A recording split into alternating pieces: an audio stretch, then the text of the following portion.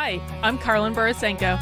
In early 2020, I was the knitting Democrat who accidentally went viral on the internet for going to a Trump rally and then left the party. I became the conservative darling, was on all the shows, traveled around the country, and then realized that conservatives were no better than Democrats. If there's one thing that I've learned, it's that both political tribes are two sides of the same coin. But it wasn't all bad. On my journey, I became obsessed with understanding the woke ideology and the culture war. I broke the story of the city of Seattle doing segregated training with its employees. How bad has this stuff become? The city of Seattle has now put out, I'm not kidding you, this is according to Dr. Carolyn Borisenko, who's an organizational psychologist. The city of Seattle asked its white employees to voluntarily spend a day off in a training about their internalized racial superiority. I broke the story that led to the first ever federal lawsuit against critical race theory in the schools. I broke the Coke Be Less White story, one of the biggest anti-woke stories of all time. It got over 30 million views. Coca-Cola's corporate headquarters even had to change their outgoing voicemail. Throughout the past few days, you may have seen inaccurate reporting on the content of our recently launched diversity, equity, and inclusion training program. I exposed the schools in Burlington, Vermont for grooming middle school children live on the internet. They called me an unwoke cult leader for that. And the Vermont Human Rights Commission slandered me publicly as being a hate channel. I even got called a hero in Breitbart for exposing that the Washington Post was writing a hit piece on Christopher Rufo. I have broken story after story after story about what's going on in the public schools, from Cambridge, Massachusetts, to autistic sex education, to the Department of Education in Michigan, literally training teachers all over the state how to groom children. I wrote a book called Actively Unwoke, the ultimate guide for fighting back against the woke insanity in your life. I host a podcast all about fighting back, and I'm downloading all of my knowledge to you on my Substack, carlin.substack.com. The world is a crazy place. We are literally surrounded by cults on all sides. On this show, we're going to do a deep dive into all aspects of the culture war, and I will show you the dark, dystopian underbellies on both sides. Here are the commitments I'll make to you. I will always tell you the truth. I will always bring you receipts. And if you stick with me, I promise you will see the world differently. Welcome to the cult. Please mount that like button for me and subscribe if you feel so inclined.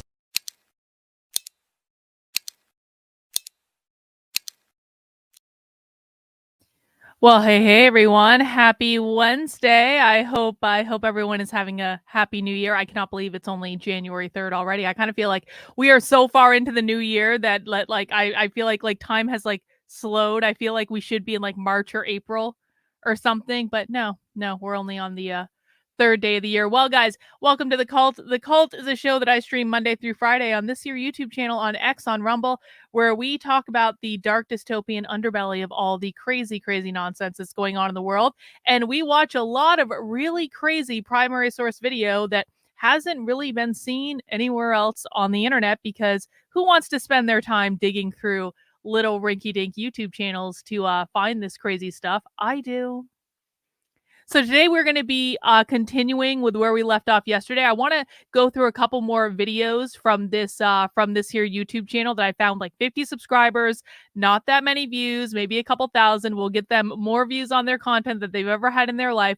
But this is a channel for the Midwest Institute of Sexuality Studies, I believe it is, and they are affiliated with the University of Minnesota, so taxpayer-funded university. Bot is out for today. That's okay, Bot. That's okay. Even our chief investigative officer needs to have a day off every once in a while. And so yesterday we watched a presentation from them about queer fat activism. And there are a couple more videos on this channel that I want to watch and kind of sort through. Now, you guys know that I love nothing more than when adults are talking about children on the internet. And so I decided that the next video we are going to watch is it's older. It's a little bit over 2 years old, and it's called The Next Generation: Building Liberated Futures for Queer and Trans Youth. Everyone knows what liberated means, I know. Liberated means to liberate yourself from the oppressive force of capitalism. And if we go over to their website, we get a little bit more information about this training. Oh, I'm sorry. It's the Midwest Institute for Sexuality and Gender Diversity. Isn't that nice? On November 16th, 2021, the Midwest Institute for Sexuality and Gender Diversity and the University of Minnesota, Duluth Sexuality and Gender Equity Initiatives hosted the 5th annual Transgender Justice Teach-In, and it had this conversation. The latest surge in anti-trans legislation targeting trans and non-binary youth makes it more important than ever to center, listen, and defer to queer, what is that? Trans and genderqueer youth? What does TGQ mean? TGQ. I don't know what that means. This panel discussion features it must be transgender queer. Transgender queer, right? That's what we think that means? Let's go with that. This panel discussion features 4 transgender queer organizers, educators, and change makers who will share what they've witnessed in their own communities, discuss how their experiences inform the direction of their projects, and provide ideas on how to be aligned with the needs of trans, non-binary, and intersex youth. And then we have our panelists, and you can see they definitely all look queer in some respect. We've got Bishop, they, them, is a non-binary Black femme with over 7 years of experience with working with youth in behavioral health and programmatic series. Currently, Bishop is the Associate Clinical Social Worker and Therapist in the state of California. California, as we know, has relatively recently passed a law that said if you don't give your kids the trans affirming hormones that they demand on just, out of nowhere, then the state of California and the social workers that work in California can come in and take your kids away from you. So that's something that Bishop apparently was involved in at this time. We've got Cody. Cody has all pronouns, so that's very inclusive of Cody. Let's see. Cody enjoys trash TV, spending time with beautiful Black queer people, and loving on their dog, Monet. Okay, fine. We've got, I don't know how to pronounce that name, but she, her, transgender, queer, second generation, multiracial woman of color. Wait, check this out. How do we pronounce this? Marique? I don't know how to say that. But she is a transgender, queer, second generation, multiracial woman of color who is of white and Mexican heritage. She currently serves as the program director for Transformations, a trans and gender expansive youth organization based in Kansas City. I'm relatively sure we watched something from Transformations before. I think we did. I think we watched like a podcast from them for happy hour sometime last year. We'll have to look that up. Marique has been working in fields of harm reduction, anti-violence, working with kids for a long ass time. I'm not going to read this whole bio. She is currently serving on a board of a theater group. It's a rewarded award. She has delivered keynotes for Yale, Southern Oregon University, Northwestern, headlined Seattle Pride, Houston Pride, and was featured on Oprah. Romeo from the illustrious South Side of Chicago, first generation Black college graduate, queer, non-binary, femme scholar. Let's see. Romeo is the political education coordinator for BYP 100. I don't know what that is. Their research writing practice explores race, ism, anti-Blackness, and settler colonialism with a higher education context with an emphasis on the experiences of queer and trans students of color. Romeo is committed to uplifting and empowering queer and trans people of color through a Black, queer, feminist lens, grounded and guided by the ancestral power that transcends the grave. Romeo thinks something about tokenization and white supremacy. That's our panel for today, guys. Who's excited? Again, we always have to remember that this is a little over 2 years old, so there's going to be some references that are a little bit older, but that's okay. Yes, we're going to start a new game where if we're doing something like this, we'll guess who's going to say the word capitalism first. That was really fun yesterday. That worked out well. All right, so that's what we're watching today, guys. It's a little bit of a longer presentation, so go grab yourselves a drink and a snack.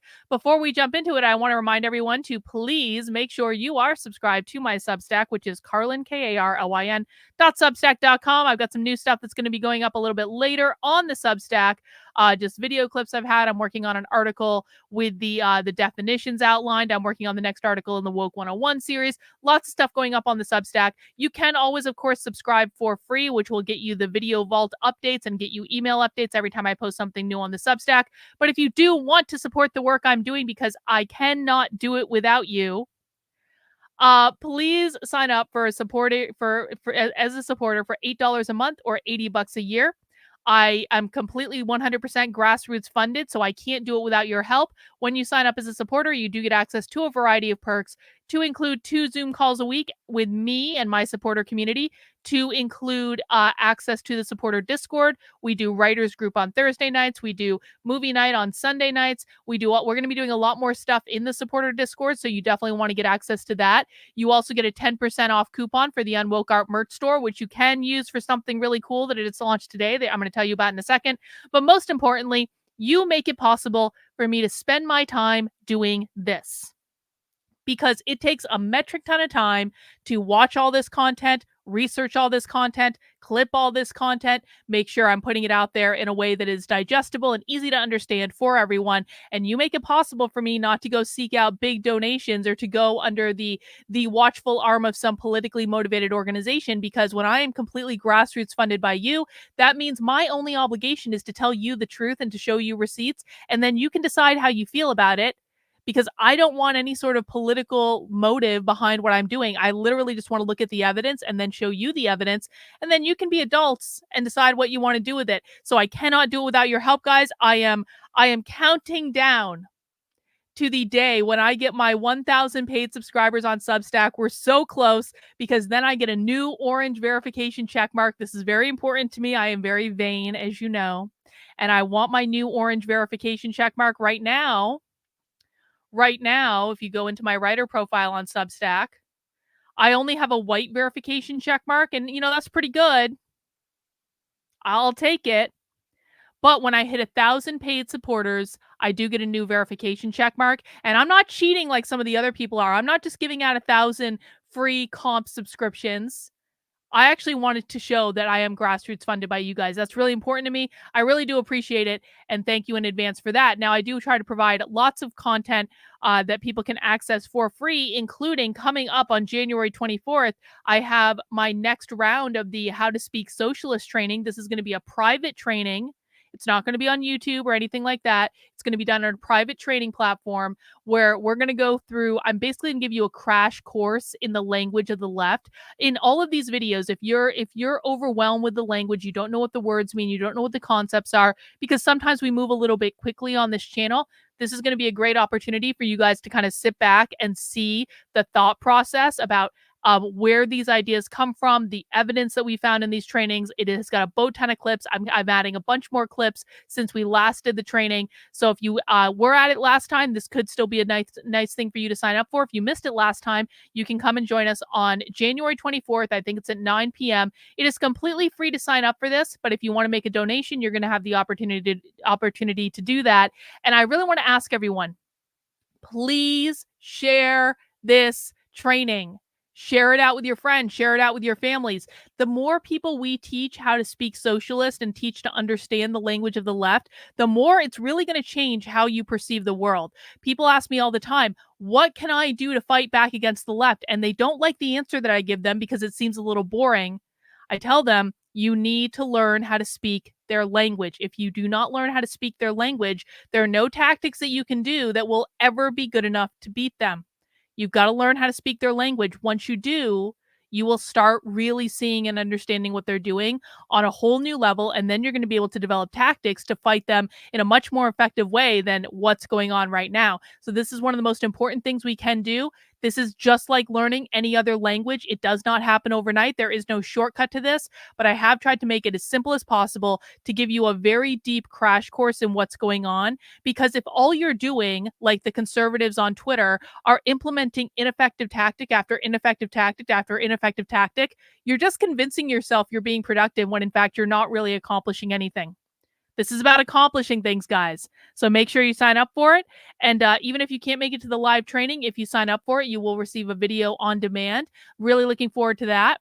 Also, another way you can support my work is by heading over to the Unwoke Art Store, which is unwokeart.com. This is my merch store. And just this morning, I added something a little special. I added a new limited edition piece of merch because the original Mickey Mouse has their copyright has expired. And people have been making all sorts of merch with the old school, the old time Steamboat Willie Mickey Mouse. Now, I wasn't going to do this at first. I was like, that's cheesy. But then someone on Twitter was like, Carlin, you need to make the whiteness means capitalism shirt. And I was like, you know what?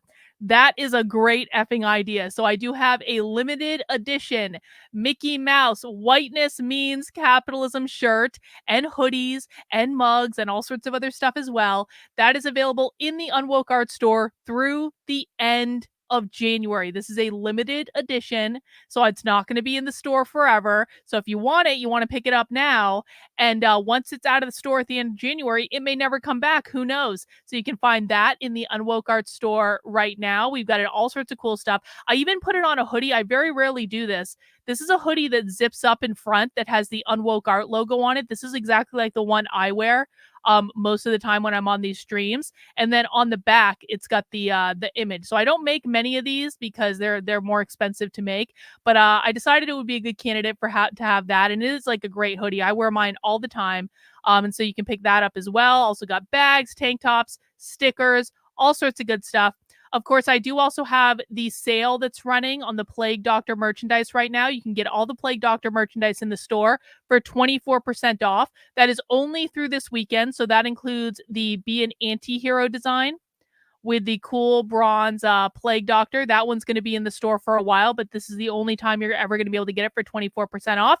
It also includes the Unwoke Wiki Plague Doctor because I'm doing a new project. I'm building out a wiki with all of the different primary sources we have, the people we have, all this different stuff that we collect for these streams. Every single month for the Unwoke Wiki, there's going to be a new Plague Doctor piece of merch because that's going to be our mascot. That's the front of the shirt. That's the back of the shirt. That's a limited edition as well. It will also be leaving the store at the end of the month, and you can get it right now for 24% off to celebrate the start of the year. If you guys ever want to find out when I launch new merch in the Unwoke Art Store, you can sign up for the Unwoke Art Substack because everyone knows I have about 8,000 Substacks on the internet. One of them is for my merch store. So if you want to get an email every time I launch a new piece of merch or have a new sale or a new offer or something like that, head over to the Unwoke Art Substack. That is unwokeart.substack.com. You can sign up for free. You don't need to pay anything. You can if you want to, but you don't need to. And that way you will get an email to your inbox every time I put a new design in the Unwoke Art Store. So you can pick it up or not, or forward it or whatever. And I really do appreciate the support. All right. With that out of the way, let's mount that like button, guys. There is a shocking disparity between the number of people who are watching right now and the number of people who have mounted the like button for me. Mounting the like button lets YouTube know to actually recommend my content. And please make sure you're subscribed if you're not already. As you guys know, as I hear all the time, YouTube randomly unsubscribes people from my channel. So if you think you're subscribed, just double check for me. If you're watching on Rumble, please make sure you're subscribed over there. Mount the like button over there. We've got a pretty long presentation to get through today, guys. It's an hour and 40 minutes. So we're going to get this party started. And we'll vote. Let's just go in and, well, let's start the presentation. And let's get to know our panelists a little bit. And then we can vote on who is going to say capitalism first. Does that sound good to everyone? All right, let's go. If it wants to load. There it goes. You have bollocks the like button. Terry, you dog.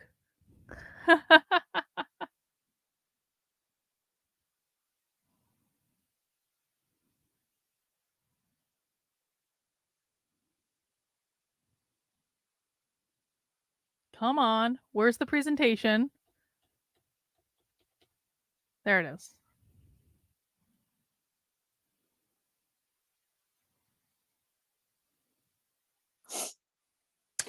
All right, everybody, I'm going to go ahead and get us started. Hey, hi, hello. My name is RB, or Rose with a Z. I use they, them pronouns. Rose and with a I Z. am the coordinator for sexuality and gender equity initiatives at the University of Minnesota Duluth, as well as the director of programs for the Midwest Institute for Sexuality and Gender Diversity. And I am super pleased to be welcoming folks to the 5th annual Transgender Justice Teach-In. Specifically titled The Next Generation, Building Liberated Futures with Queer and Trans Youth. The format of this teach-in has looked quite different over 5 years, but this is the second year in which we've chosen to offer it virtually, as we're still contending with the impacts of the global pandemic, and also allows folks who are all over the country right now to be able to come together for this conversation, which I'm really, really excited about. The Transgender Justice Teach-In is a space specifically dedicated to centering the knowledge, experiences, and liberation of trans, non-binary, and intersex communities. And I want to offer appreciation for folks who are attending, whether this is your first teach-in or your 5th teach-in. You supporting this space is super, super appreciated. For folks who are wanting to engage in this space as this conversation takes place, you can plop any questions that you might have over the course of the conversation into the chat function, and a member of our team is going to be pulling questions for a Q&A that we'll do at the end of the conversation. If you have questions that are more about clarity, maybe there's language we're using or acronyms or something that you're just not familiar with, feel free to plop those in the chat as well. And our tech team will do their best to figure out how to clarify those questions so that folks feel like they can access the content as best as possible.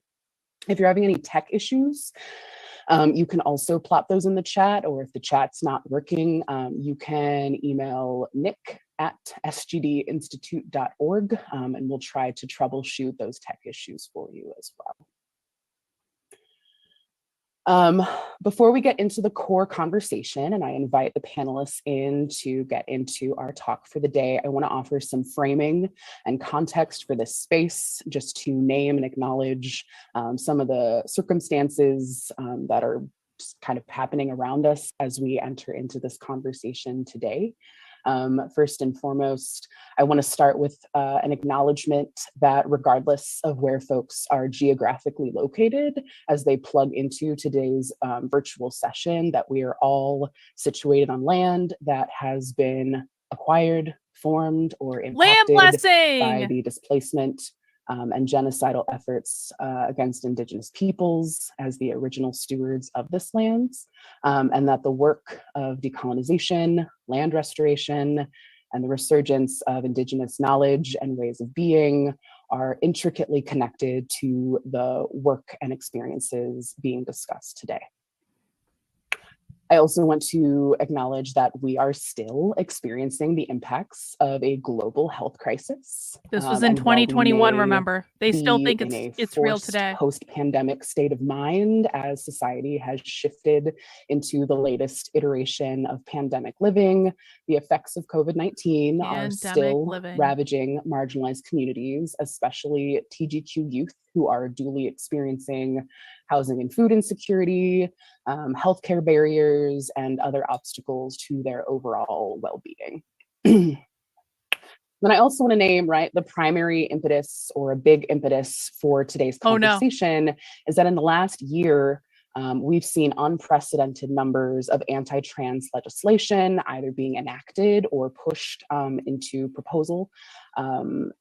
This latest surge in anti-trans legislation particularly targets TGQ youth, TGQ kids, either by inhibiting their participation in things like organized sports, gatekeeping access to healthcare, creating abstract definitions of gender and sex, or changing the definitions to create additional restrictions, and a slew of other strange and barbaric talking points, all with the express purpose of disappearing trans people. So while this context is one, very heavy and hard, and two, should be a motivator for educators, organizers, and the average human alike to figure out what they can do to prevent violence from occurring to TGQ communities. I also want to assert that in many ways, the kids are all right and holding their own in spectacular ways, serving as guiding lights for what changes need to be made to create expansive possibilities for queer and trans people. They're fighting, they're providing, they're educating.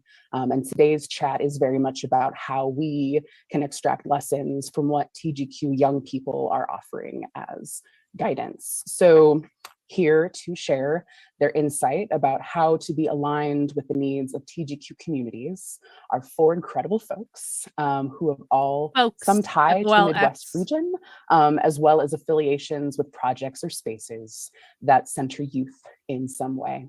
So I'm really excited to invite these folks into conversation today and want to start off right at the gate with some introductions. Kaz. Take a picture when it comes in. Pronouns that you would like used in this space, any orgs or project affiliations you want to bring up. And then I want to know if someone was going to write a book or make a movie, and perhaps that person is you, right? Write a book or make a movie about your life. What is one moment from your youth that would be essential to include? And whoever would like to start, be my guest.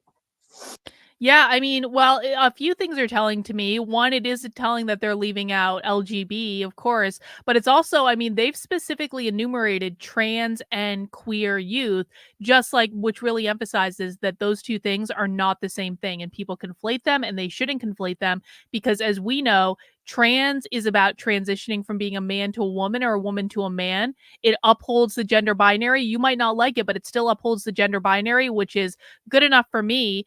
And then queer is a far left political ideology that is designed to explicitly abolish the gender binary. Max, we don't dehumanize people. They are people. You might not agree with them, but we don't dehumanize people. I'm sorry, bro. Don't do that, please.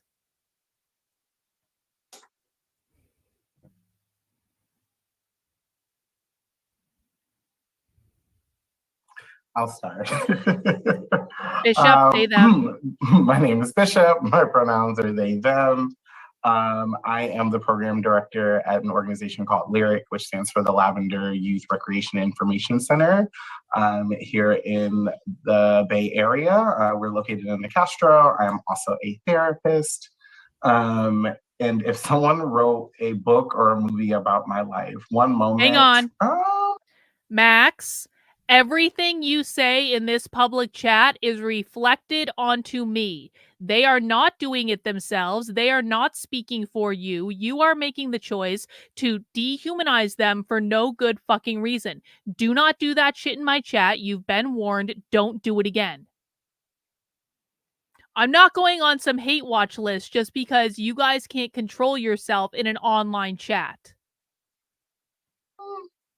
I guess one appropriate moment would be coming out. I think maybe it sounds cheesy, but I think that was such a pivotal moment. Someone once told me that, so I came out like right after I ended high school, and someone once told me that they were like going through my Facebook pictures, and any picture of me before college, they never saw me smile. And so like for me, like kind of that coming out is kind of the division between those two moments or those two parts of my life. So I think that that would probably be, the moment.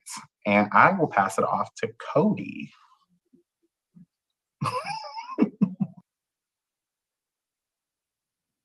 Thank you, Bishop. My name is Cody Charles. I use all pronouns. Oh my God. In Lawrence, Kansas, working with a project called House of McCoy. No, hang on. Project... No. I'm actually provably not on any hate watch list because I don't want any of that bullshit in my fucking... We are 3 days into the new year. And already bullshit is coming into my chat. That is the reason that I wanted to stop doing this in the first place. No, Stony Baloney, I am not on any hate watch list, because every time some fucking conservative comes in and starts saying hateful bullshit towards people they don't agree with in the chat, I shut that shit down immediately. So we are here to watch the presentation, to learn what these people are talking about, and to comment on that. We are not having any fucking bullshit in the chat this year. And if you don't want to do that, then you can go. It is for queer and trans youth in the Lawrence community, and specifically serving the most marginalized within queer and trans youth, which is interesting for a nonprofit. House of McCoy is actually named after and dedicated to one of my main mentors in life, taught me a lot about living, actually, Dr. Sheltrice McCoy. And so with House of McCoy, we hope to honor them. And old Jim Bob, you've really been around long enough where you should know the answer to this. Pop quiz for the chat. Let's educate old Jim Bob. What does queer mean? Pop quiz. What does queer mean?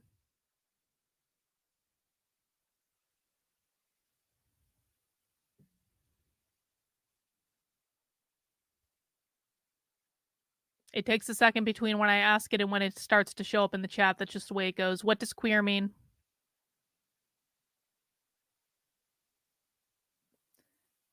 It's a political term that stands against heteronormativity and homonormativity. Queer is Marxist, socialist, communist. Queer is against the gender binary. Queer wants to abolish the gender binary. Queer means against the norm. Queer is a far left political ideology that goes against the normal. Anything other than the norm, it is meant to disrupt the norm. It is meant to be against the normal. Queer is also Marxist.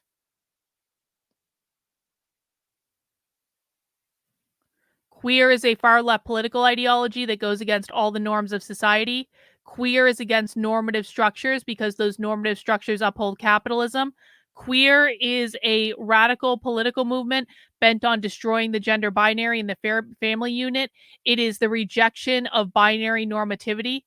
Queer stands against the gender binary and heteronormativity and homonormativity, for that matter, not conforming to any normalities, anti-gender binary, the rejection of normalcy, which means capitalism. It is communist. Old Jim Bob, you need to listen, bro. You need to listen. How does that manifest itself in terms of normal sexual behavior? It has nothing to do with sexual behavior at all. If you believe that queer has anything to do with sexual behavior or gender identity, that is because conservative influencers have lied to you, because they themselves do not understand what the hell they're talking about. Queer has nothing to do with sexual behavior. It has nothing to do with being gay. It has nothing to do with being trans. The only goals of queer are to destabilize society by abolishing the gender binary. That's it.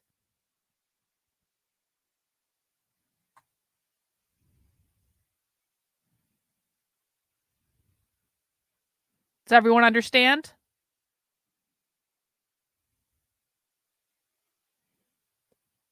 You can be a plain old heterosexual couple and still be queer. That's correct. That is correct. I need everyone to forget everything that you have learned from every conservative influencer. Every single one of them. Because most of them are lying to you. And you don't have to take my word for it, because I will show you exactly what the actual leftists are saying.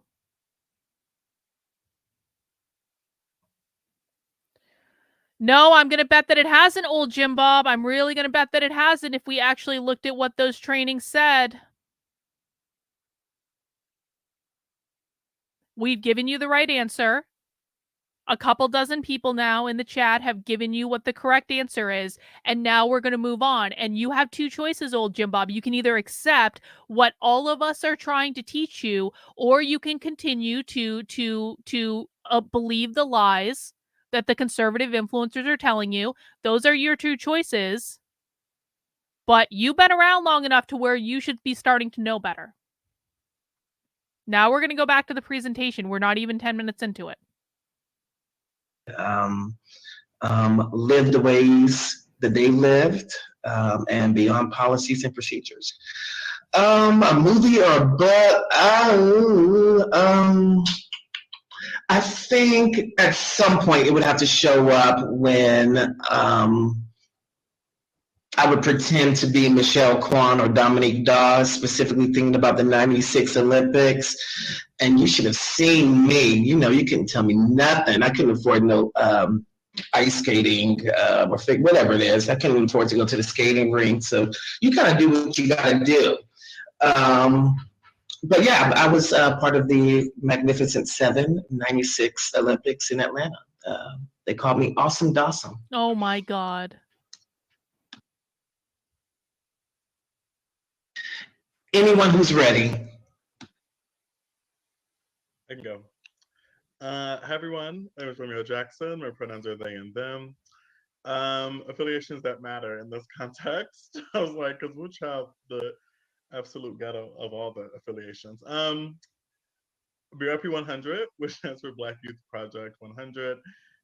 It's interesting because youth in our name means 18 to 35, which we can talk about the history of how that came to be. But we're a Black member-based organization, kind of hoping to impact the material conditions of Black people through policy, direct action, and leadership development stuff. One moment. I'll turn the volume back up. Because I'm sentimental this way and love my grandmother, it of course has to be about Gracie Lee Fowler, because who else could it be about? At this memory, she's teaching me how to cut, pick, clean, and cook greens, and it takes fucking forever.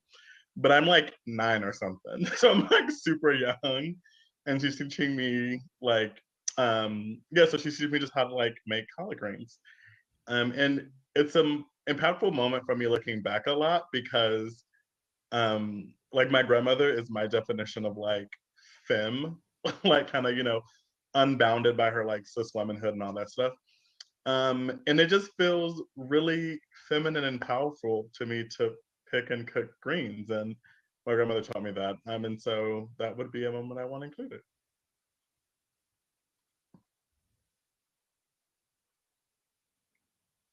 Hey, I am Marique Jensen, she, her pronouns. I currently live in Seattle, but I run a Midwest trans non-binary youth organization focused on Missouri, Kansas, and Northwest Arkansas, so the Ozarks. And we recently made a shift to specifically center and affirm trans young girls of color, as well as trans non-binary kids in survival mode. And we can talk more about sort of where that shift came for us as an organization a bit. Organization's based in Kansas City, Missouri, but I've been doing LGBT youth work for probably about 20 years now. I started in St. Louis when I was a shelter kid myself and homeless. Then I went to Chicago. So I love Chicago folks, love BYP, love you all so much, do such fierce work. I actually started at BYC. I helped build some of the initial programs and drop-in programs there. So I did a program called Real Talk, which was a harm reduction program for trans, well, not trans, just kids, LGBT kids in survival mode. And as a lot of folks know, when we work with kids who are living on the street or experiencing houselessness or homelessness, you get all types of kids. You get folks that aren't even LGBT identified there. And so it was really interesting because I trans young girls whose boyfriends were gang members in trade. And then it was learning facilitation skills to how you intercept and work on that in ways that you don't typically see that in a white trans youth program, right? And so I'm a light-skinned, multiracial trans woman of color. So my dad is white, he's from the Ozarks, and my mom is Mexican.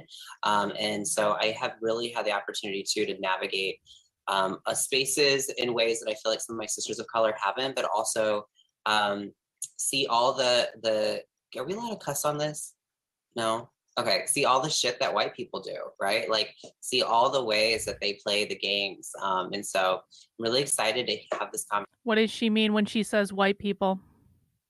By the way, she looks more Asian than she does Mexican. What does she mean when she says white people? Does she mean skin color or does she mean something else? What do you guys think? What do you think?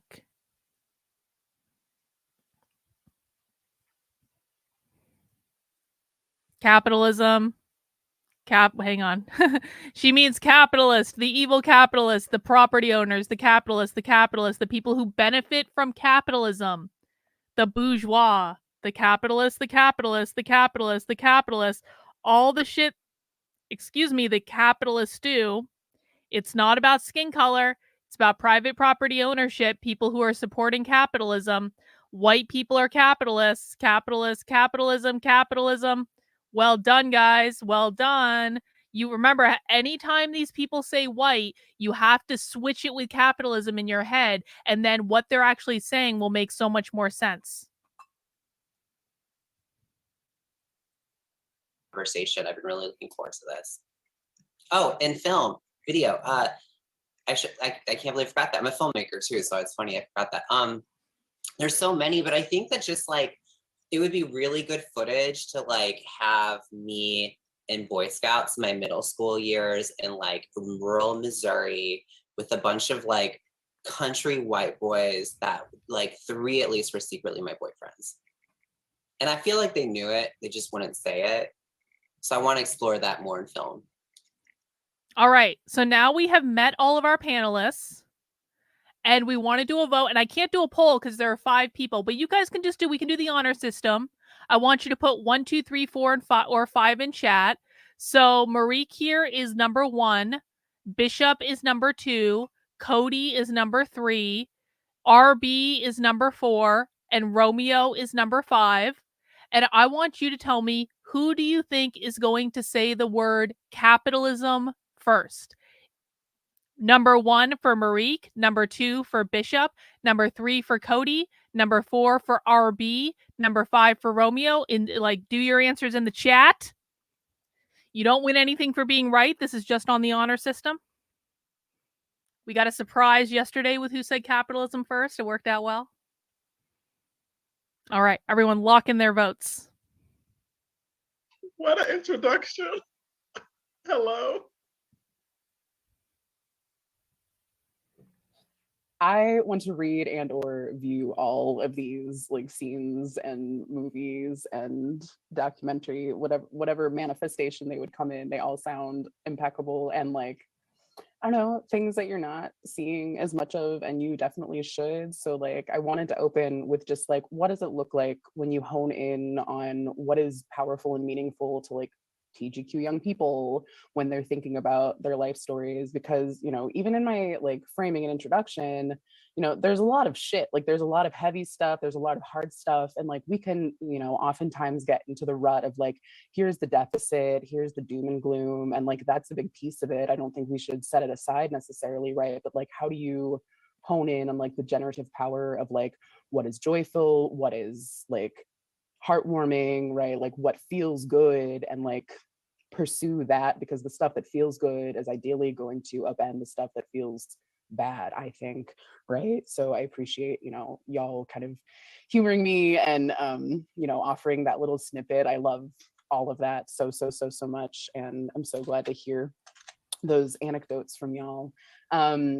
I want to get into a bit more depth about, and y'all kind of covered this a little bit when talking about the organizations or projects that you're working with, is that, you know, each of you work with projects or organizations that has the word youth either in the title or somewhere kind of in the mission, vision, right? And so, you know, I remember talking to Romeo when I was like, do you want to do this? And they were like, what do you mean by youth? And I was like, you know, that's a great question. So it felt kind of apt to maybe bring it up here a little bit, is just to see like, for y'all, what does that mean either to you or how does that flavor you or your team's approach and how you're doing the work, right? I know, Marique, you had recently talked about, even in your intro just now, but you talked to me about how like even modifying the approach of your organization caused like some contention, right? So I was curious if you wanted to kick us off with just like, what does it mean to do that? Yes.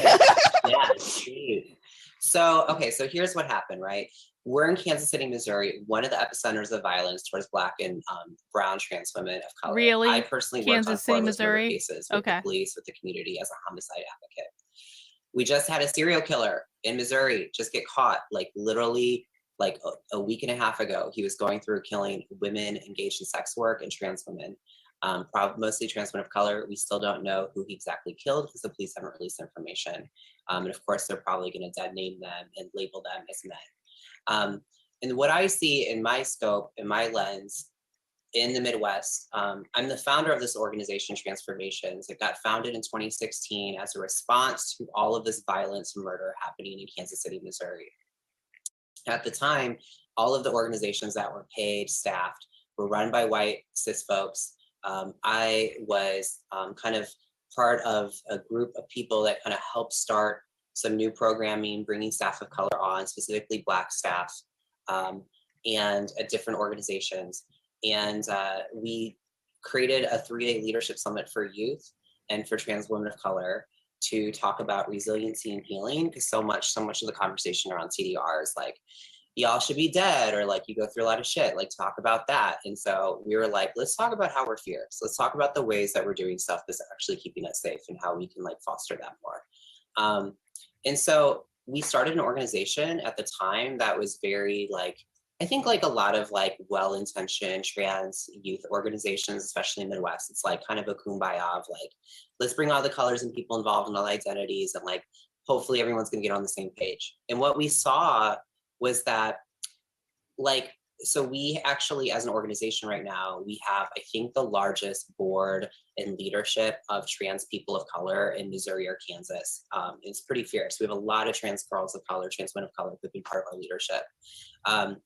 What we saw was that for our white folks that were leading or helping or supporting, they really were not cool with like the conversation shifting to a racial justice lens, even though it was always part of it. Like it was always part of the work we were doing. But when we got more and more explicit and also asking them to be like, hey, we need you to step up.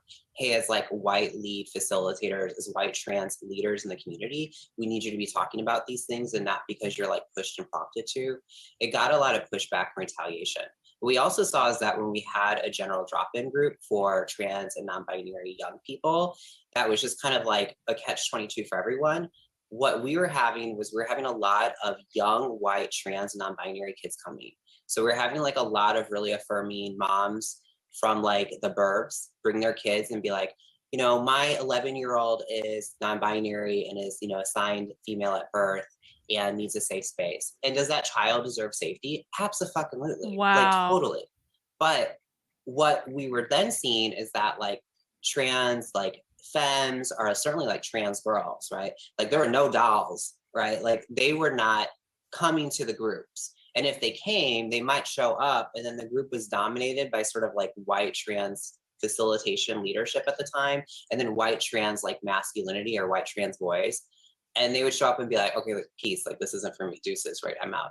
And so like, we were like, we need to create something separate. So we created a trans young women's group that, speaking of youth, we were like, so many of the girls can't even start to walk down the street and live their truth until they're a little older, right? You don't see like, I don't see like in Missouri or Kansas, like 12-year-old like Latina or Black trans girls being affirmed in their schools, right? We start to see them when they're 16, 17, and they have a sense of autonomy. And in some sense, it's like, because when they start to present and identify, there's usually a threat of like being kicked out. The school is like, we're gonna kick you out. And so we were like, let's expand this idea of youth to 16 to 24. So she's arguing that if they come out as trans in school, the school's going to kick them out. That's not hinged into reality. But the bigger thing that I want people to hear her saying is like, this person is running youth groups for trans and non-binary kids and seems to start working with them like relatively early. I mean, she mentioned a non-binary 11-year-old. How an 11-year-old can be non-binary is a little bit bizarre to me, but okay, probably a mother thing. But like, I want people to know that because there are all sorts of like community partners and community organizations that work with kids and that work with the schools specifically that you may have never heard of. But just because you haven't heard of them doesn't mean they aren't working with school districts and going into your kids' schools and actually, like, doing activities or running clubs or that sort of thing. There have been an awful lot of kids who have been convinced that they're trans because one of these organizations went into their school, started an after school club. The kids showed up at the after school club that the parents didn't know they were going to. The after school club says, you can't tell your parents you're doing this, because if you tell your parents you're doing this, they're not going to love you anymore. And then the kids hide it, and then the kids decide that they're trans or non-binary or whatever, and they all did. And then all of a sudden, all these behavioral issues start. It starts really screwing with them because, of course, the kids aren't doing it for anything other than social acceptance at that point. They're not doing it because it's any sort of truth. They're doing it because their friends are doing it. They're in these clubs that are encouraging them to do it. They're getting merchandise. They're getting glittery, sparkly things for doing it. Yeah, she said that there were too many, like, trans boys that were taking over the clubs, and so they started a specific one for trans girls.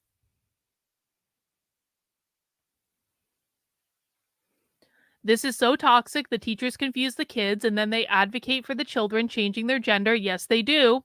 The non-binary is a real problem, but trans shouldn't be this common. Well, listen, it's a problem anytime a teacher is convincing a child to do anything, but it is very, very, very important that everyone understand the difference between trans and non-binary. And no matter how much you hate trans people, and no matter how much you refuse to use the pronouns or do any of this other conservative bullshit, you cannot give people an inch to believe that trans and non-binary are the same thing, because as harmful as this stuff is, it's actually significantly more harmful if they're getting rid of the gender binary in the bigger picture. That's the bigger problem that we need to worry about.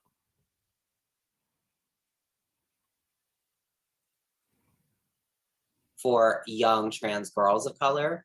And we were having that group going, it was thriving, and then COVID happened and shut us down. And what we learned is that from trans Kansas Mama, I will bet you all the money in my bank account that the school is not notifying you of everything that's happening. That would be pretty much unheard of.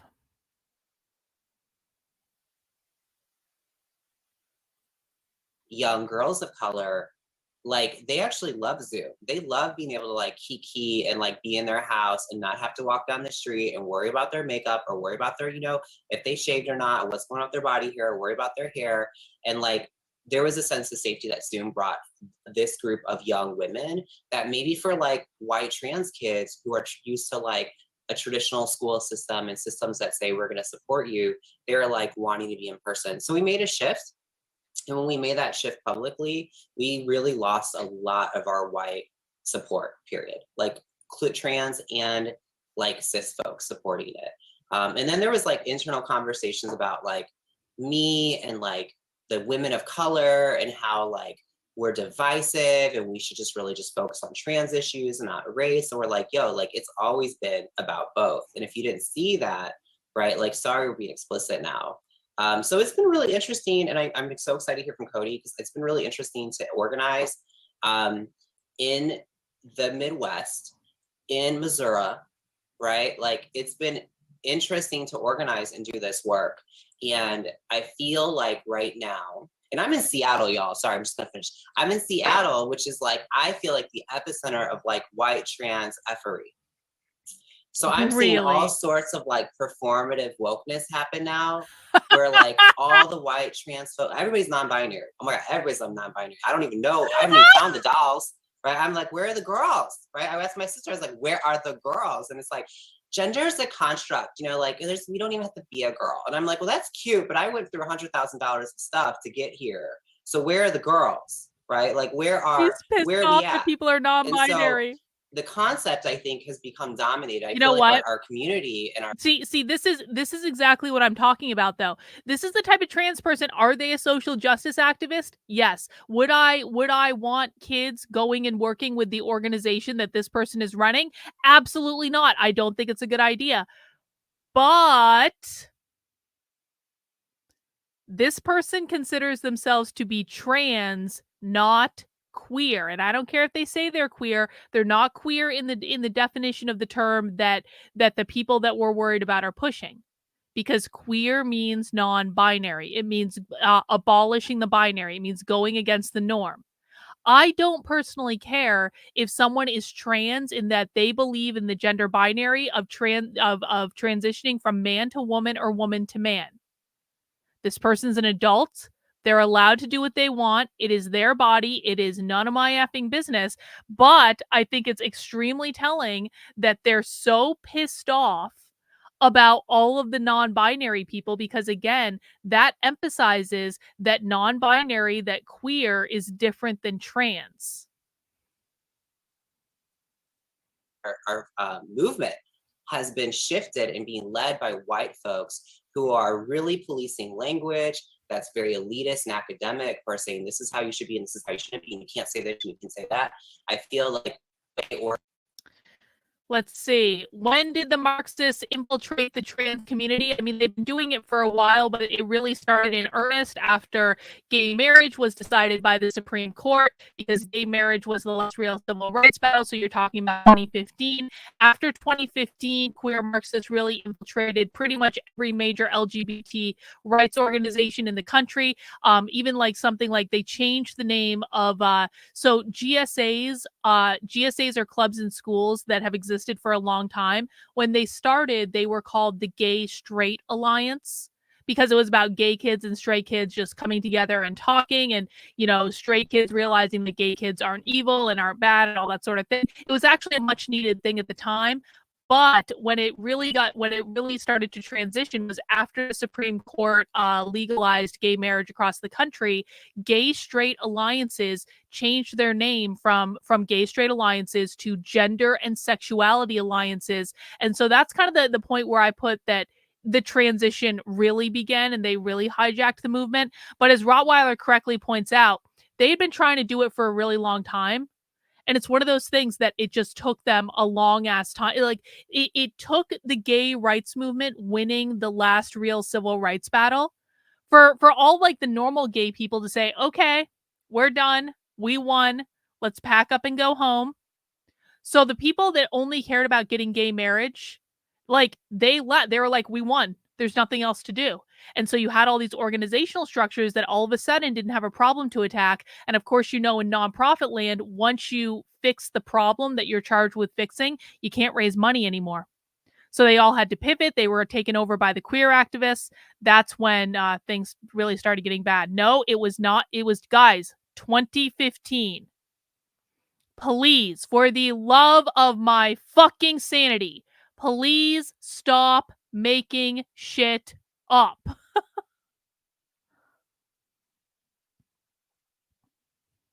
Organizing looks right now is really like the whiniest, fragile white trans person possible.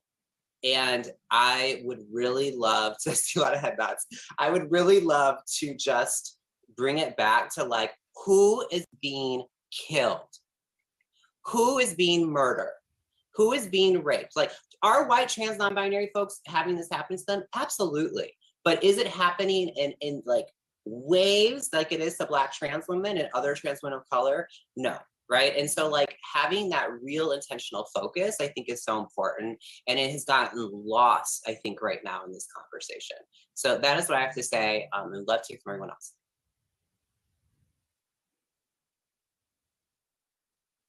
Yeah, I mean, period.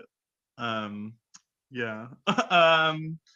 Youth and Black Youth Project 100.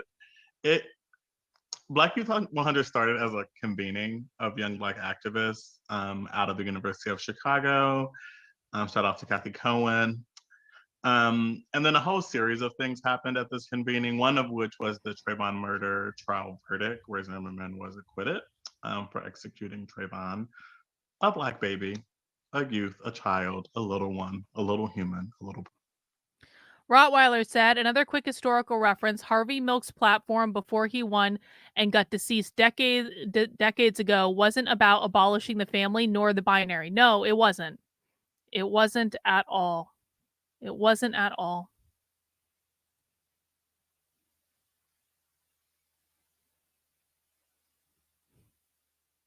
Person, a little cute little baby. Okay, great. Jason, that's a really distasteful question to ask in my chat. I don't want to see that shit. This was also, of course, during the Obama administration, so that's kind of like unique about its origin as well. But youth in that context, I think, was coming from, I often described as like OG Black feminists, like, I mean, right, like Barbara Ramsey's there, Kathy Cohen's, like these academic Black feminist heavyweights. And we are youth to them, right? Like we're their kids. And so that's where kind of 1835 comes from. And that was central to Kathy Cohen's research. But I also think, for me, like when I hear youth too, when I was a master's student at the University of Utah, yikes, talk about performative white progressive queers. And I used to refer to the Black undergraduate students as like the babies or the BSU babies. And non-Black people were always like, particularly non-Black academic people, because, we're really concerned with not being paternalistic, right, with our students and all that other good stuff, was like, isn't that patronizing? And it was funny to me because I was like, no, my grandmother called me her baby until she died. Like I was like 26 when, like for me, like that's a commitment to a group of people, right? It's not, right, like I think non-Black people get all roped up in that. But I think when I think about youth, I think of that because, 18 and 35 is a large age range. And for me, what youth really means in the context of my work is really like anyone who is in need of someone just to hold them or a place to hold them. And that so much of youth is that, so much of us, particularly in our context with Black, queer, and trans, like overwhelmingly Black, queer, and trans people and women, like we don't get to have youth. Like we have to grow up quickly, quote unquote, whatever the hell that means, right? We have to take care of families. We have to navigate extreme violence against us. We form communities with each other at 12 that become our families, and we parent and mother each other. And so I think youth in that context and around my own healing journey has taken on a different context as well that just feels important to point out. And so, yeah, which also just reminds me that youth is relative. Like I'm old in BYP because I'm 28, like that's old, it's on the older end. I'm old nowhere else, right? Like there's nowhere else where I'm like not old anywhere else. And so, yeah, that's what I'm thinking about a lot too, is like just how that fluctuates. Okay, that's it, I'm done. I can go, sure. So in the kind of context of my organization, we serve people who are as young as 12 and as old as 24. And because like in the state of California, you can like consent for services at the age of 12. And, we, especially here in California, like they want to be super liberal and like really everyone has like autonomy, and giving folks that autonomy, I think that's really great, right? But we also know that like when you hit 24, you're not an adult. Like I am 30 and still feel like a youth depending on who I'm with, right? And the context that I am in. And it's just all Gary, I don't know why you're complaining about my mods in my chat, but you're starting to piss me off and break one of the rules of my chat. So if the complaining about the mods continues, you're the one that's going to be modded, bro. I don't know what your deal is. You're not getting a wrench in my chat. I don't even know who you are. The mods are doing a fine job. I have 2 rules in my chat. Number 1, don't be a dick. Do not insult me. Do not insult other people in the chat. 2, and 2 might be the most important rule, no fucking whining. always really interesting, especially when like we think about like young people and like how often young people are just kind of, or youth are seen as like these folks who like need the guidance or need older folks to kind of like step in and like support them. And it's like just kind of like what you were saying, RB, the kids are all right. And I say that so much. The kids are all right. They're doing great. Like these little kids out here, they got better terms than I do. They teaching me shit that I don't know. Yep. Like I've been doing this for so long. It feels like, and it's like, embracing kind of like the voices of those young people, which is really kind of like what what is at the center of the work that I do with my organization, or even in like my therapy practice, is really kind of like what stands out when I think about like young people. I think about like the voices and like really the important shit that they often have to say that like older folks don't want to hear, you know? Mm-hmm. Yeah.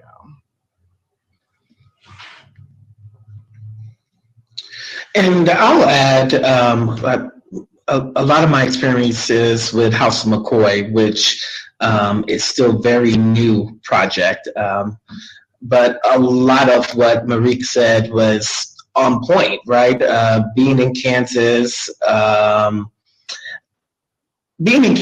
I also think that this is everywhere, right?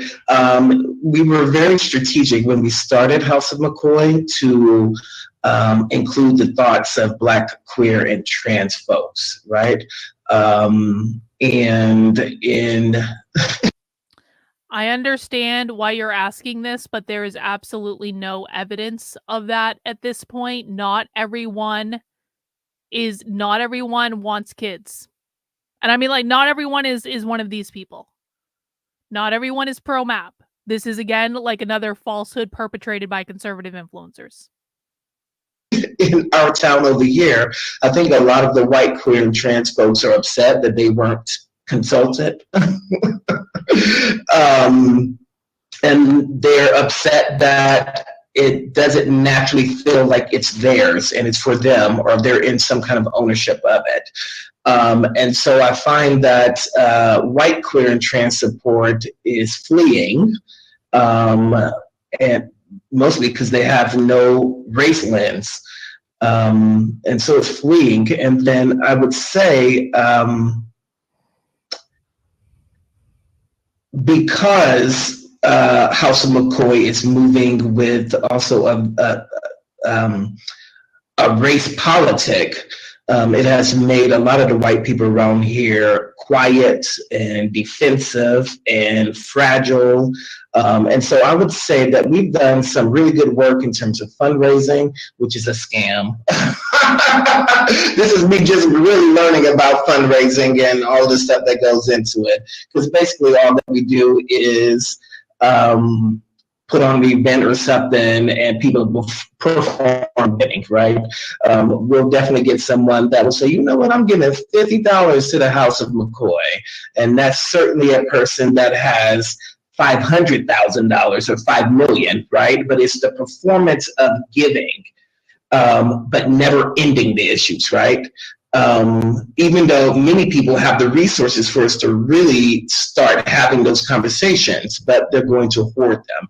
And so in this town with House of McCoy, we got some really good money in a month. We got that we were very proud of, but that was mostly intra-community, and came from folks that don't always have a lot. Right. So I saw significant giving at $5, right, at $50, and that was a significant part of folks' budget, right? And so I'm proud of that money that we've raised. But if we're being honest and if we're being truthful, I would say the bulk of the white folks with resources and money is really just ignoring us, right? We even have a newspaper here, the Lawrence Journal World, who has done no coverage of House of McCoy. And it's the main newspaper in this community, and it's been in this community for I don't know how long. But folks aren't willing to be truthful with what that is, right? That's anti-Blackness to me, that's anti-trans, that's anti all sorts of things that the community does not call out. And so I mentioned community with this project because the community is so important in terms of where your project goes, and if it's sustained, right? And so there's actually no doing this work without laboring in ways within the community, right? And with people who don't want to understand anything, right? And then it becomes this plea or this beg, which I'm not about to do. So I'll add one more thing. If I was less queer, more cis, thinner, all of those things. This house will be full. I'll have all of the money, right? White people love to be a part of things that make them feel good, right? So if I drop the race lens, all of a sudden we'll probably have tons of money fundraised, and we'll have tons of the resources and things that we need in our house for our youth. And it's really knowing that and holding on to that the fragility doesn't allow them, or the way we speak or the way we hold them accountable, it doesn't allow folks to hold on to the politic that allowed them to accumulate, right? And so there's a rub there in terms of whiteness and how white people participate. But I'll also say there is a lot of Black and brown people who are playing in whiteness and who are heavily invested in whiteness and not interested in losing their bag of money. Yeah, well, this also has me thinking about how like youth, who gets to be a youth is so racialized. Like, what is it? You know, I find the same thing in higher education. Like we say first gen to really mean like poor whites, but like no one just wants to say that, right? No one just wants to say that, so we say first gen, and it becomes coded as. And who, when we say queer youth, pops up in our head as the image, I think is really important, because usually, right, I think it's like some conventionally attractive little gay white boy who runs away from their small town to run to the rural, right, the like urban center, like, right, like it's some like weird shit like that. And that's not so much of who we serve or who we are. Yeah, I was gonna say, I've read plenty of those books and watched plenty of those movies. You can see that narrative all over the place. And what I'm thinking of too, right, like as someone who's only ever lived in the Midwest, right, like thinking about like how attention gets drawn to youth in this context, but like other underserved populations, if you will, when there's visible crisis without acknowledging that like there's ongoing crisis or there's ongoing like things, right? I think about, you know, Romeo, you talking about BYP 100 kind of being formulated out of work in the aftermath of Trayvon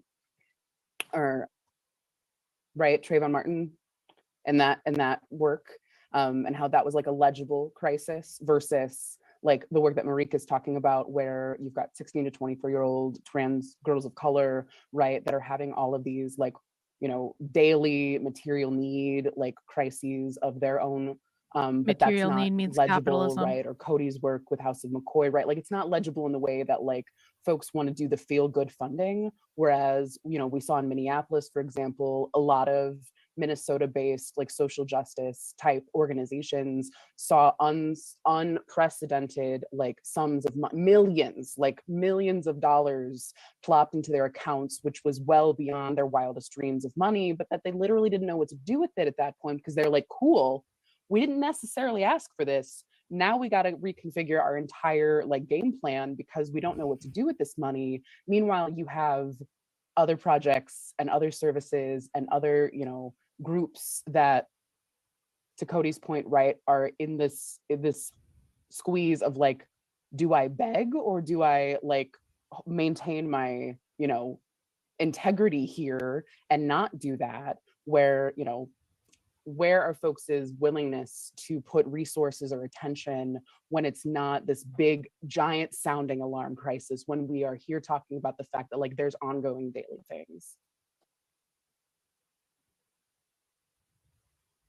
Yeah, I mean, I think that's a great question. And I hate to say this, but I do think you have to play the game a little bit. I think if you want funds for your community, you have to. And it sucks. Like I've been getting pushed. So I started an organization back in 2016. I'm still not the ED.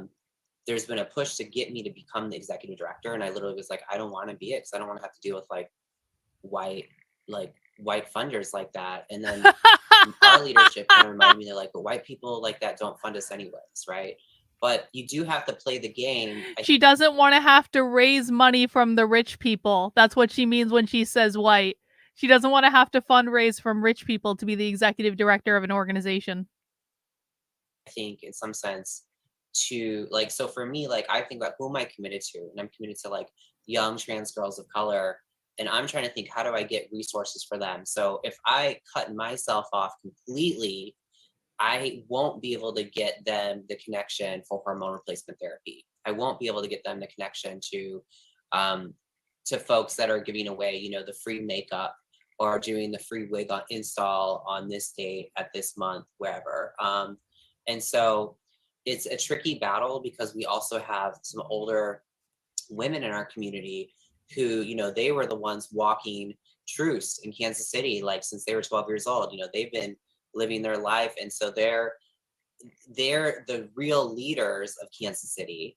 And a few of them are like very upset that things are not just given to them. And then when they're brought to the table, I think through their own pain and anger, it locks them out from people hearing them.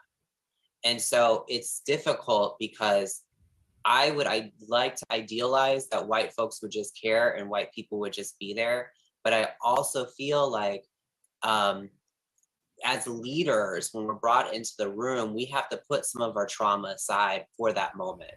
Not forever, but we have to put it aside for that moment to play the game. If we want those dollars, you got to be able to say, we got to strategize and power map and think, how do we get there? And it may not have to be dealing with that specific person, but the leaders and the trans women of color that I look to on a national level who are successful and who are doing the work know how to play the game.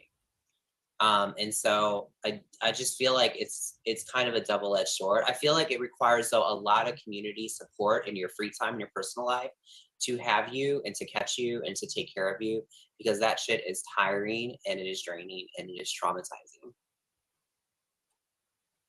Something that like is standing out to me, especially about what Cody said, is like this performance of giving. And like even in like, you know, like large nonprofit organizations that have been around, like this org has been around for like 30 years and, you know, gets millions of dollars a year, but it's still like, you know, it is often a performance because it comes with so many fucking restrictions that like I can't run a housing program here where, you know, we help youth get housed and, you know, they give us, you know, a large sum of money to house young people, but then I can't write checks to young people directly. I got to pay landlords or like a third party vendor, or like, you know, landlords don't want to take our checks because they have to sign a W-9 and be responsible for like those taxes and shit like that. And like all of these barriers are like, you know, they got to have a lease if I give them money, or like if we do stuff like that, they're like barrier after barrier. And then it's like at the end of the year, oh, you didn't spend all your money. Well, y'all didn't help us spend all our fucking money. You just gave us this money and like, you know, oh, we're doing great. But no, because you're just funneling money into an organization with all of these restrictions when you could be doing something like buying up some of these damn buildings that lay vacant in most of these cities, especially like the Bay, where the housing crisis is way too high for all the wealth in this, like, you know, the city, and the people who are impacted by that most are Black and brown young people.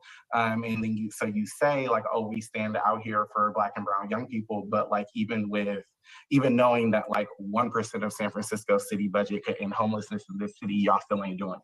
So like, you know, it's this performance, and then it's like, you know, we have a new executive director right now, and I'm having conversations with her, like, why am, you know, and I cuss a lot, y'all, so I'm sorry, but why the fuck am I bending over backwards for these funders and doing all this shit so that we can have this funding that goes nowhere for us and does nothing for our young people, right? So, but now you want me to be out here shucking and jiving for these funders who ain't getting us nowhere, you know?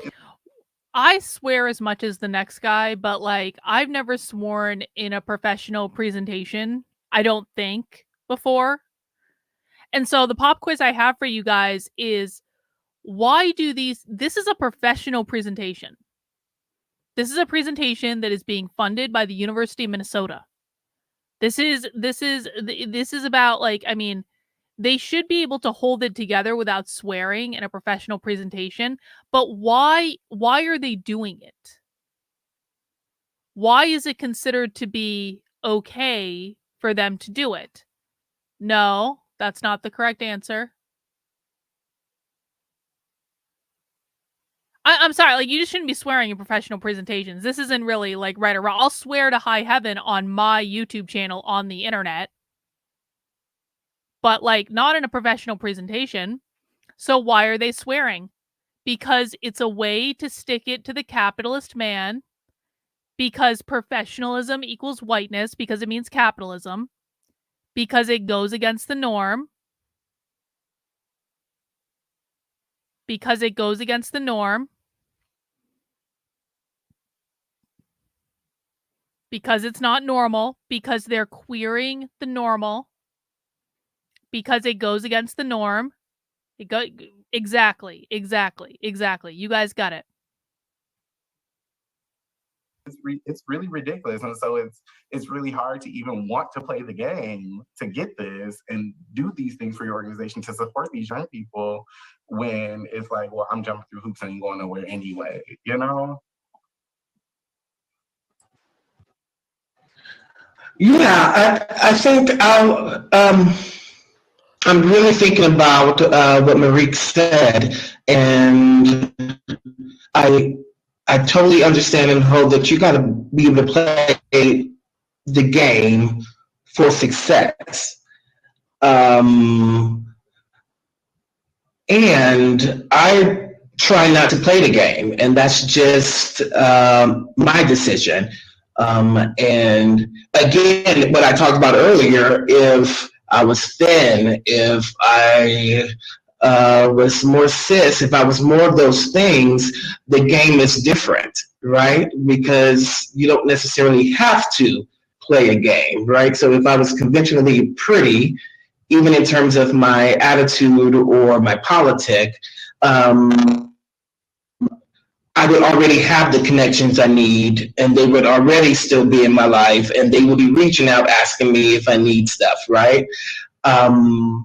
But because I know that playing the game takes so much energy, and I was on the brink of living in 2020, I'm not doing it anymore. And absolutely, it makes white people scared. It makes them uncomfortable. They feel threatened, and they will fight back. I guess what I'm using is just the truth, right? And if folks are not ready to be more conscious of how they're living and break their delusion, there's not a lot that I can do for that, right? And so with House of McCoy in general, I don't really want white money that much, right? If I had it my way, I would have Black money, and I would build up those funds and be Black run, Black trans run, right? That way white people can't have expectations, right? They can't. Cody's a useful idiot. Cody is not smart enough to understand what he, they, she, Z's or Zim, whatever. Cody's not smart enough to know what they're talking about. Be wanting things to happen. We're not using your funds. But I think that you got to be careful when you open that door to saying, you know what, you can help, even though that I know that you are anti-Black, right? I know that you're anti-ableist, because these are the people that want to help or will help or have the resources to help, right? You have to make a lot of, what's the word I'm looking for? Almost allowances for them. And I just think that we need more.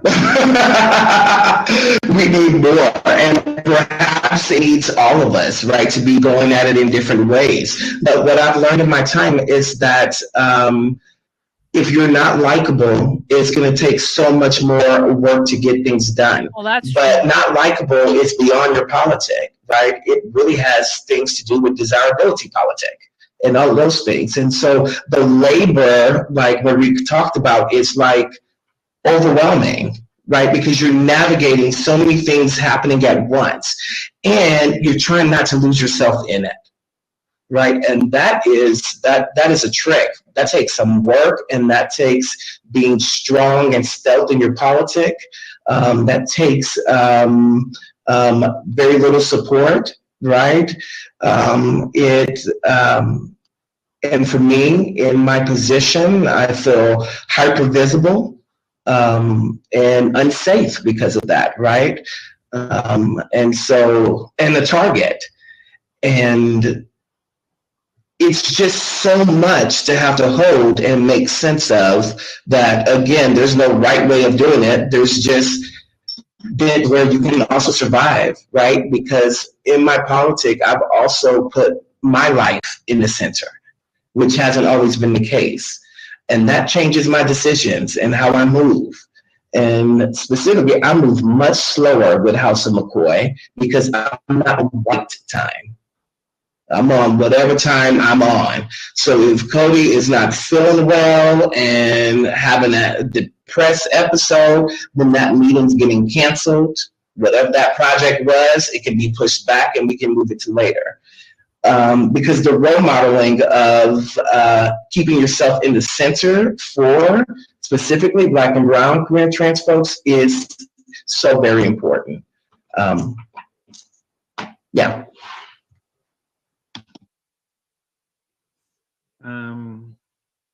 Yeah. Well, I mean, there's so much. Yeah, I continue to joke around how, like, people all of a sudden cared about Black people last summer during the uprising 2 summers ago now. And, lots of Black orgs got flooded with millions of dollars. And and we know, like, this country, non-Black people love to watch Black people die and then respond to it. That's ongoing, right? Like, oh my God. Whether it's lynchings or like the police videos now of shootings, non-Black people love that, love to watch us suffer with no concern for how it lands on us. And I think orgs who got a lot of money during that time are in a moment to actually center joy and pleasure and happiness and rest in their work. Because centering joy and happiness and pleasure and rest. Let's just think about that for a second, because we hear a lot about trans joy, queer joy, don't we? Orgs were in a position to center joy and happiness and pleasure and rest. What type of system centers, in their minds, joy and happiness and pleasure and rest, and why?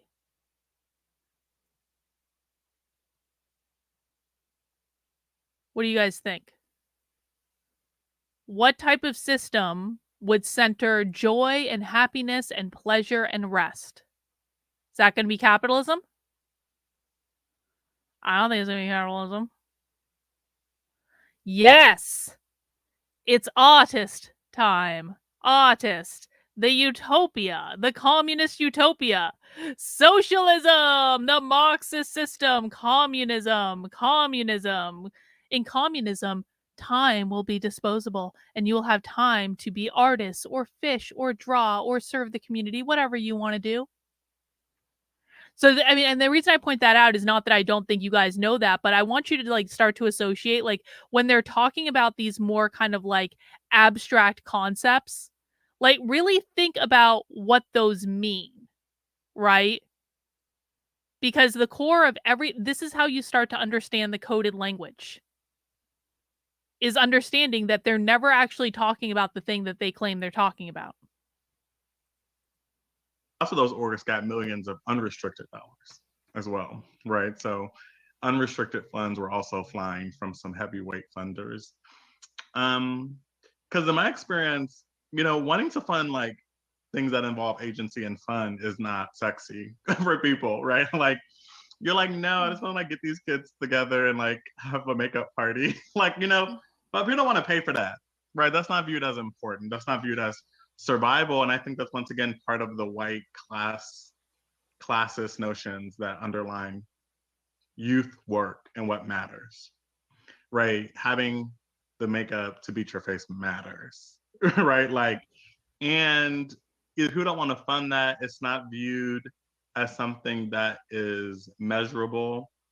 One of the ways BRP 100 works, if within and around that, is through like membership dues, it's through resource mobilization, through chapter work around campaigns or staffing needs. And it's imperfect. And I also think, I'm really resonating with Cody is saying around like, you got to find what you feel okay doing or feels right and ethical align with who you are. Because there's some brilliant resource mobilized people who get money from these big funders. So I'm like, girl, I don't know how you do it. I don't know how you got through the meeting. And I never could, right? And I think likability is really, because I think Cody and I, we have very similar politics. And I do more publicly, or I do the most publicly. And that has not restricted my ability to do lots of things, right? Like it just like hasn't, right? Like, yeah, there's some hating ass bitches, but when you a bad bitch, that's gonna happen. But overwhelmingly, right, we're not received the same.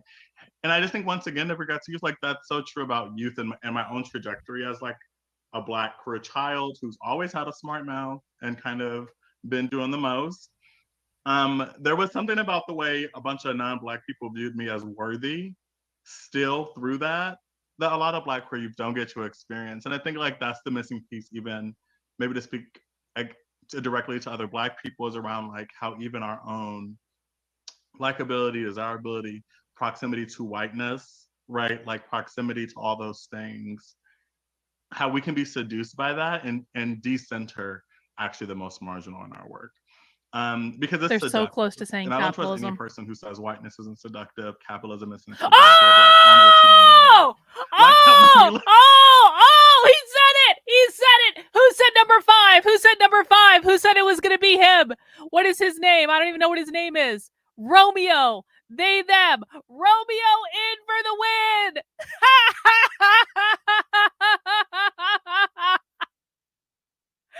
That was so good! Congratulations to everyone who said that Romeo was going to be the first to say capitalism. Well done. And that was a great clip too, because he was talking about proximity to whiteness, proximity to whiteness, proximity to whiteness, capitalism. Beautiful.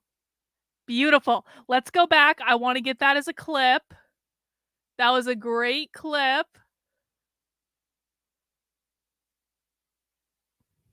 We're going to have to get through some word salad. That's okay.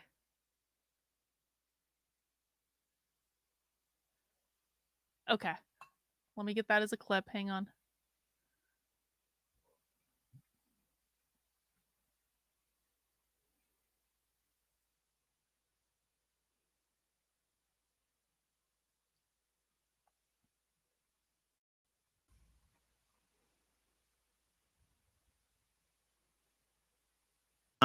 And that has not restricted my ability to do lots of things, right? Like it just like hasn't, right? Like, yeah, there's some hating ass bitches, but when you a bad bitch, that's gonna happen.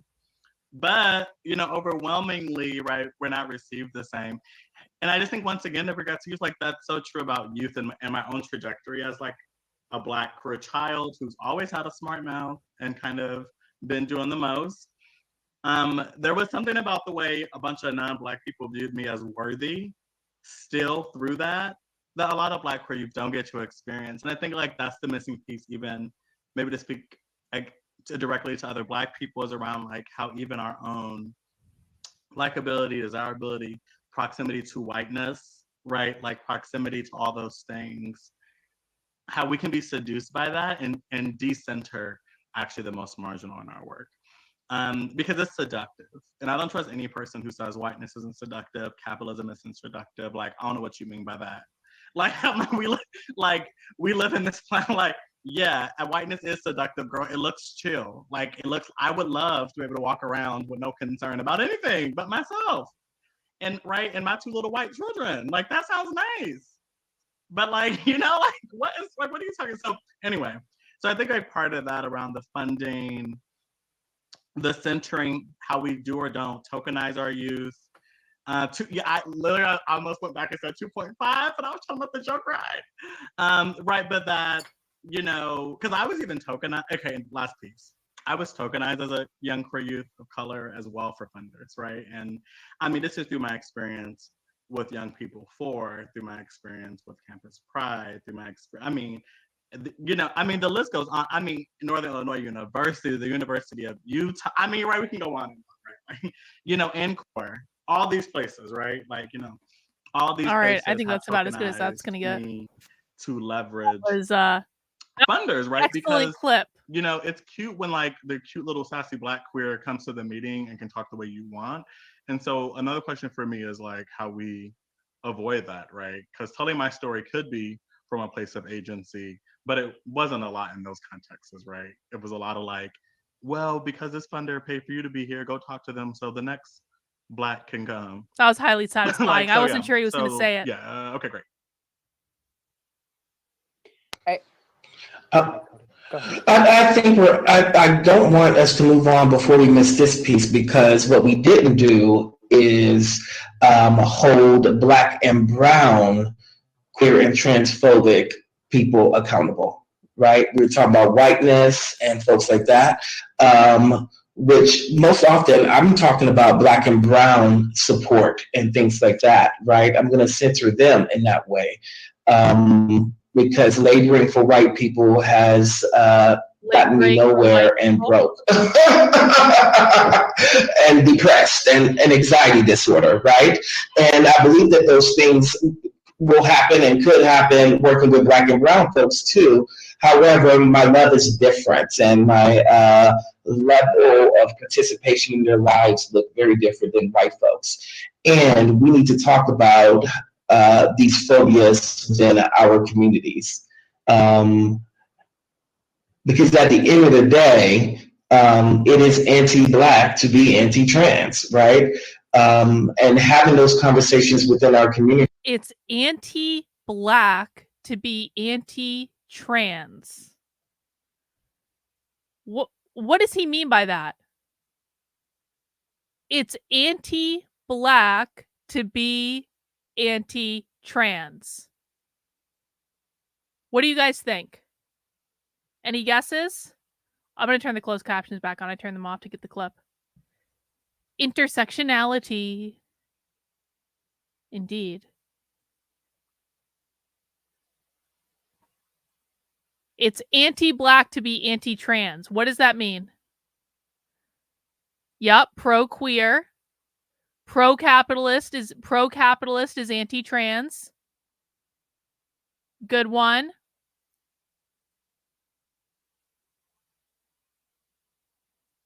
Well, it is a double negative. Fair enough. It's anti-communist. Yup. These people really do, like, okay, so socialists really do believe that all Black people should be socialists. Again, I think Cody's more of like a useful idiot. I think he's not smart enough to really know what he's talking about. So like whatever, but like socialists really do believe like every single Black person should be a socialist. Yup, Black trans lives matter because both Black and trans are at the top of the intersectional hierarchy. That oppressed people need to stick together. Workers of the world unite, right? I think it is very important. Oh, wait. This is excellent, Andrew. You can't be against the system if you don't dismantle the whole system. What is the system that needs dismantling that is both anti-Black and anti-trans in the eyes of these people? That's a really good way to put it, though. You can't be against the system if you don't dismantle the whole system. This is why you see all those signs saying like queers for Palestine and stuff like that. Or if you're not you saw the stuff on Twitter where they couldn't reconcile like how you can't be like what queer has to do with Palestine. It has to do with this. And of course, the system that they need to dismantle is always and forever capitalism. Capitalism is meritocracy and competition. Well done. My hopes with House of McCoy, even though we're in a pretty white-centered place in Lawrence, Kansas, is to really search for the Black and brown youth that's out there. But it's also taking the framing of putting Blackness in the center as we talk about queer and transphobia, and utilizing our social media in very particular ways to where the reach is beyond this community. Oh, hey, Autumn. And the reach. This is not the evil Autumn. This is a good Autumn. Autumn, I haven't seen you in a while. I hope everything is well. Some Black people are trans, and so if you're anti-trans, you're against those Black trans people. Good guess. Good guess. Is specific to Black folks, right? Because I think we need to have that conversation. I think the conversation is happening, right? Specifically as we think about the Dave Chappelle stuff that's happening, which lets us know that there's a lot of work to be done within our communities. But I also think about the work and the labor that is not given to Black and brown folks and Black and brown communities, right? And so what does it mean to center them in our education? And actually, those are the people we're pushing and poking, right? Again, white people are there. White people, I have not figured out what makes them move or do anything. So I'm not betting on that. But I'm going to work with these Black and brown folks. Specifically Black folks. I don't know. Hang on. I don't know if I'm going to be able to make it to the convention because, like, I'm not going to be a delegate because I'm not involved in the LPNH anymore because F those guys. But, like, I hope it goes well. I hope nothing crazy happens. I mean, I'd like to be able to rationalize it. I just don't know, Autumn. If only everyone in the Liberty Movement hadn't lost their goddamn minds. Except for you. You never lost your mind. You were always better than all of them. Anyway. In terms of the work that we're doing, we're going to center Black folks. And so what does it mean to have that conversation in Black homes, right? What does it mean to have that conversation with Black leaders in communities? What does it mean to have that conversation? I would never do this, but maybe with church leaders, I would. But still, I mean, bringing the conversation to the community, I think it's actually really important right now, and moving past the education of white people. Past the education of white people. Jesus Christ. This presentation is so 3 years ago. I think there's so many themes and so many pieces, and I feel like we could have like a whole part 2. Go to Q&A. Specifically Q&A. Engaging around like tactic and like calculated choices, or like a lack of feeling like there's choices, right? Like just the whole, you know, accumulative reality of labor that is not seen, right? Like I think all of y'all do front-facing programs of some variety, and what does that look like? What does the not front-facing part look like? All the calculated choices, all the networking, all the discussions, all the text messages, all the things that you're kind of referencing are stuff that like is not visible, right? The conversations with exec directors about pandering or not, the conversations about whose funding is coming, like just all of those calculated choices when, you know, it all summates to like needing these things, the need, right, Bishop, right? The need is there, the want is there, the survival need is there, right? All these things. So just like wanting to, you know, acknowledge that like there's unseen labor that is just very much unacknowledged in working with youth or being a young person doing work for, you know, Black and brown youth, or you know, any of this constellation of work we're talking about. And some of the other pieces that I caught that were brought up from other folks, right, is concepts of agency and autonomy and what does choice look like. And so I did want to pull up one of the prepackaged questions, just because I really love to invoke authors as an avid reader, right? And so what I had offered to y'all ahead of this space, right, was wanting to bring up a quote from Bell Hooks's book, All About Love, where there's this whole section, right, where she talks about how are we essentially teaching children the concept of love. And her definition of love is very particular, right? Where it includes kind of 6 components beyond just like amory and, pleasure, right? It's respect and trust and other elements, right? How are we modeling and bringing children into communities or cultures of care and love, right? And so the quote specifically that I'd pulled from that portion, right, was, quote, "When we love children, we acknowledge by our every action that they are not property, that they have rights, that we respect and uphold their rights." And I wanted to kind of engage with y'all a little bit around anything that is evoked from that quote. I'm sure I'm not the only one who's read the book, so if there's other components you'd like to bring into the space, for sure. But ultimately, right, like, how does this relate to experiences you've had or that you've already talked about? In what ways maybe are TGQ youth's like agency and autonomy inhibited, right? How does this play into what we've talked about so far when we talk about agency and autonomy and consent, any of those elements? I think what's like coming up for me is really like when I think about like the ways that like youth are expected, or there are expectations laid on youth of how they should behave or how they should interact with like adults and like positions of power and respect and parents, and really just kind of like, it don't matter what this young person think, I'm the parent, I'm the adult, and they're gonna have to do what I tell them to do. They got to respect me because I'm their parent, or blah, blah, blah, blah. And it's like, just those acts in general really just kind of demean youth into this kind of like space of being an item, right? Like, no, it don't matter how I feel because you feel disrespected, and that's all that really matters in this sense. It don't matter that like I actually am very harmed by the way that you said this, or I'm actually very uncomfortable, or I actually don't understand. I'm very harmed by the way you said this. I want to just go back and listen to the lead up to that again, to justify why other people should censor their speech so that them can feel better.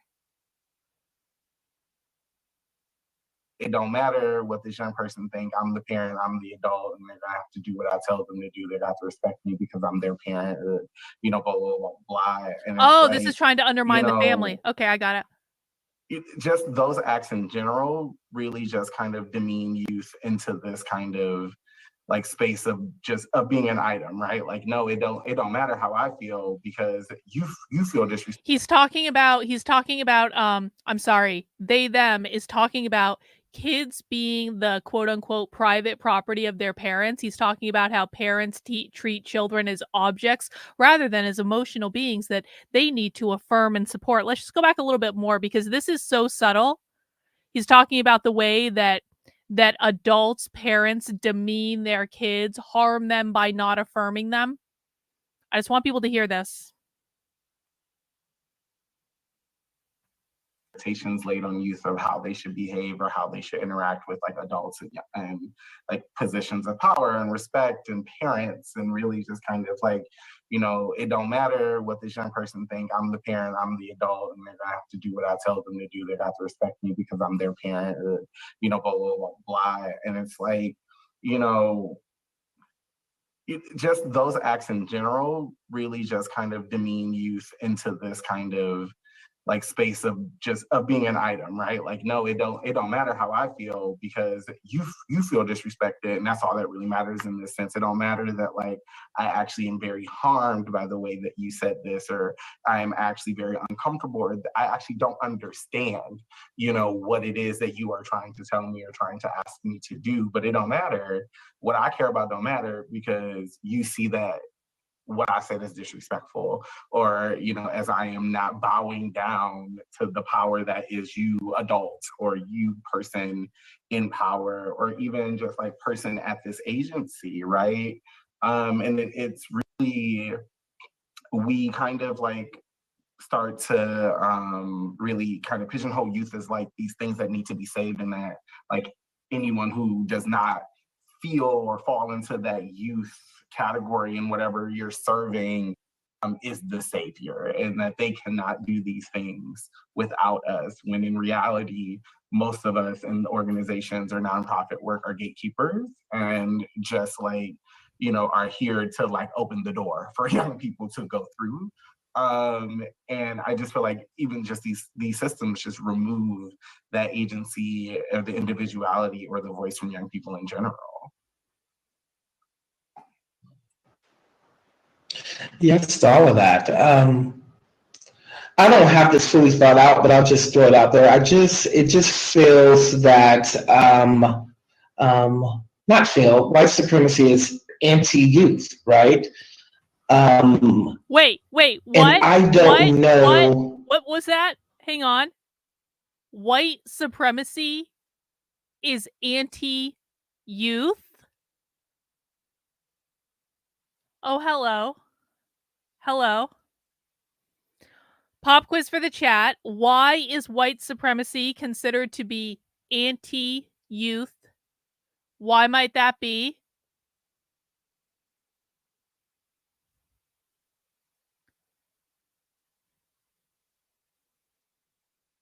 Yep, that's very special, isn't it? That's very interesting. Yeah, that's new. We haven't heard that one before, although it doesn't surprise me. White supremacy is anti-youth because it upholds the nuclear family. Well done. Great answer. Anti-youth is pro-nuclear family. White supremacy removes the child's agency. It upholds capitalism because it upholds the nuclear family. White supremacy equals capitalism equals nuclear family equals children as property. White supremacy means capitalism, which upholds the nuclear family. Capitalism upholds the nuclear family. You guys are so good. I am so beyond happy with this. You guys are so good. Capitalism upholds the nuclear family. Children are private property under white supremacy, which means under capitalism, and therefore they need to be liberated from the oppressive force of capitalism. Yes, Gary, because it is anti-nuclear family. Exactly. PS76 over on Rumble says the youth need to be free to be artists, and white supremacy does not want the youth to be free to be artists. Capitalism, well, they would say this, but they also remember they believe that capitalism exploits all labor, not just youth labor, all labor. You guys are listening. Excuse me. You guys are listening. It makes me so happy. Children are an oppressed class in need of liberation from capitalism. Well done. Well done. That's great. Let me just go back. We're going to grab that clip. We're going to grab that clip, and then we're going to see where this goes together.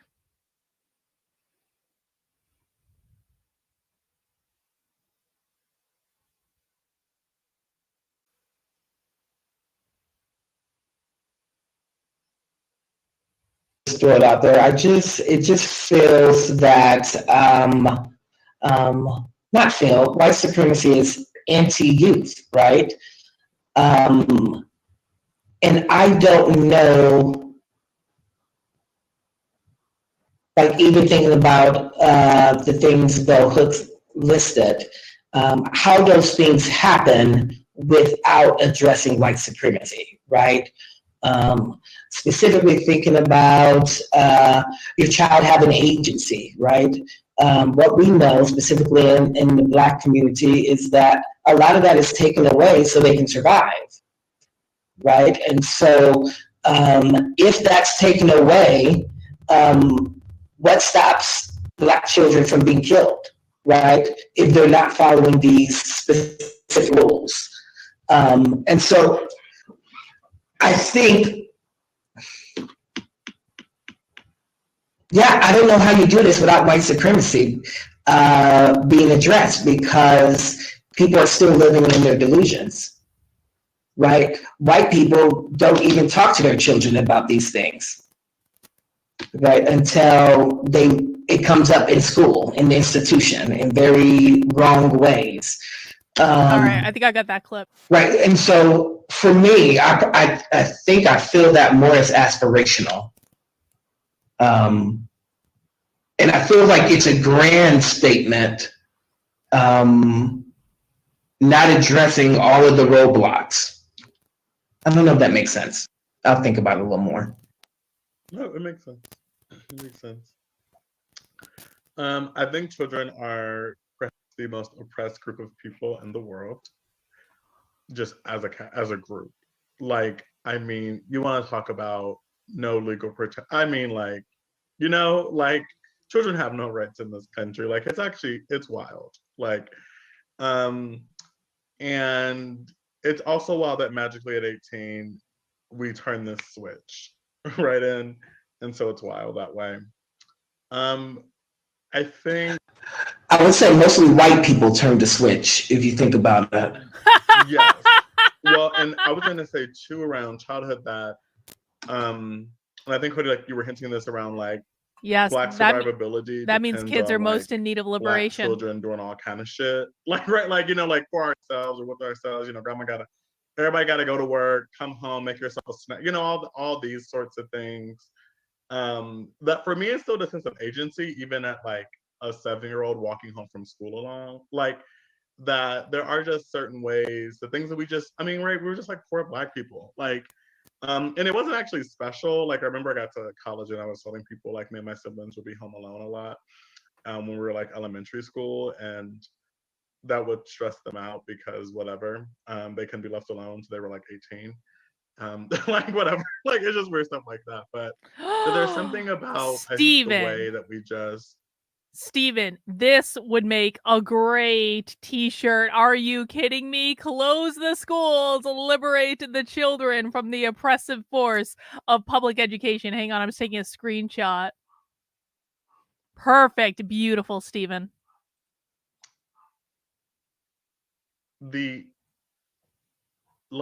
If we truly love children, if we love Black, queer, and trans youth, I think there's a bunch of structural things that needs to happen, but at the root of it, I think it's when I started to feel a sense of agency that I can make choices, and that systems have a way of shifting the barometer of what actual danger and safety is for us and sadly, we teach youth, right, to fall into that same pattern, right? So for like Black academics, like not being called by a title and not getting tenure is like the worst thing in the world. That's like not the worst thing in the world. Actually, Steven, it's actually funny that you ask that because over the Christmas break, I finally fixed my store's ability to process international orders because it couldn't process international orders for a long time, but I think I finally fixed it. In fact, Gala in France just yesterday bought a t-shirt, and so I think I actually might be able to ship to Hong Kong now.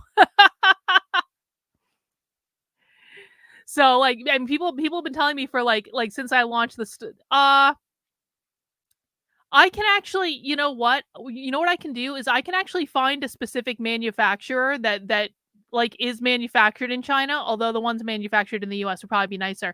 But the shirts generally the shirts I sell are not manufactured in China, but that is actually an option if that's necessary for like shipping. Intense people are dying, right? Like, you know, like actually like not getting the job isn't the worst thing in the world. Almost everything in the Unwoke art store is manufactured in the US. There's one exception where like where some of the bags that I have, like half of them are manufactured outside the US, and that's just because they weren't available to be manufactured in the US. But it was actually like, you know, just like for a serious note, like it is actually like important to me that I manufacture as much stuff in the US as possible. Well, there's going to be many more limited edition designs coming, Sarah. They're not going to be for subscribers only, but like they're going to be limited editions. Anyway. Not getting the promotion is not the worst thing in the world. And, you know, part of that feels like my own personal work and responsibility is to remind people of that. Because I think what I also hear Cody say too is around like, there's a way that I think a certain section of Black people in higher education have not been mobilized around this project and around support in ways too that I find concerning. And what is that about? Like, I think it's all things we've talked about, right? Likability, who your work centers, why you center them. It's not usually marketable and packaged and sold as like a rescue of these youth in danger when you say, no, we're just trying to provide a little container for them to be themselves and invoke their agency. So those are the collection of random thoughts in my head at the moment. Yeah, and okay, I'm actually gonna stop talking. Because I was about to do another thing. Y'all know me. I was about to do another thing. Go ahead, girl. I don't know. I just was listening to y'all talk. I feel like so much of what you're saying, I didn't want to like water it down because I feel like you're talking about a really specific thing about Black youth. And I just wanted to like give space for that. I was gonna say something earlier. It's totally off topic, but I just wanted to say this. So, I spent like almost 20 years living as like, I self-identified as this, so I'm gonna say this word, as a faggot, right? Like I was really, hello. And I still love that word. Oh, I love that. It's a great word. It's such a good word. But white people hate that word. Oh my God. You want to No, they do. They do. Okay. Wow. So and actually that's how I met folks organizing this was and RB was doing my documentary series 50 Faggots, which was following 10 self-identified effeminate gay men in Chicago, New York, and DC for 4 years. So longitudinal ethnographic study. They do love embracing slurs. I remember when I was like this little light-skinned brown sissy, like pumping up and down New York and in DC and Chicago, and like feeling some of the ways that y'all are talking. Like I never fit like with the man box, never fit like felt like I was masculine. Like just the conversation of manness didn't work for me. But I was like, I always heard that like trans people had to like hate their bodies. Like you had to have such visceral distaste for your body, right? And I was like, I like mostly it's fine. Like it's like I'll eat it, right? It's like that sort of thing. And I remember like having conversations with people, and especially when I got to like when I left Chicago, because I was in Chicago for 10 years. When I left Chicago and I went back to Missouri, and I was in St. Louis for a bit and then Kansas City for a while. Conversations around race and racism and identity like did not hit like white gay ears at all. Like it got brushed aside. It was like really dismissed. There was a lot of white fragility. And then I transitioned and I identified as a woman. Like obviously I identify as a woman now. Like if I'm not giving that, I feel like I failed.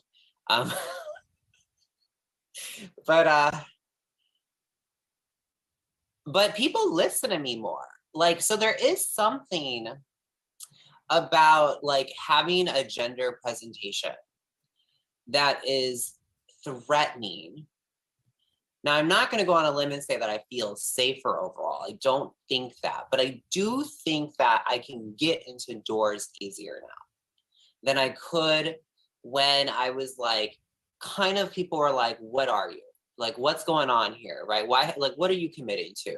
What have you not committed to, right? And so I think even as organizers and as doing this work, I feel like where we're so put into binaries, there is truth. And I just wanted to sort of like uplift you all, I feel like in some ways to say like, I want to like affirm that and say, I see that because I spent a lot of time in a like femme, like male-esque body.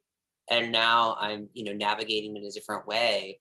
And while, the reality is that like, it's almost like when violence happens now, it just happens. Like, it's like, they're like, you're going to get killed or you're going to get raped, you're going to get beat up.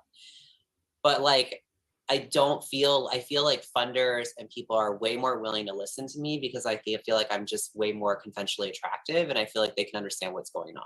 Like, they're like, oh, you committed, like you did it. Right. And so I think that's unfortunate because when we talk about our young people, so many of them are not committing, right, to a specific binary gender, right? They are like on that journey and they're going to stay on that journey. My favorite kids have always been like the femme, assigned male at birth person of color in like high school who's in like you know, who's in like alternative school with like the Janet Jackson, like big old 80s earring cross and, you know, the black Converse and like the black lipstick. And they're just like, you know, like all of you suck. I'm like, oh my God, I love that kid. Bring that kid here. That is my child. Like, I love that child, right? Like, I feel like so often as children are developing and going on their journey, they're going to explore all types of gender.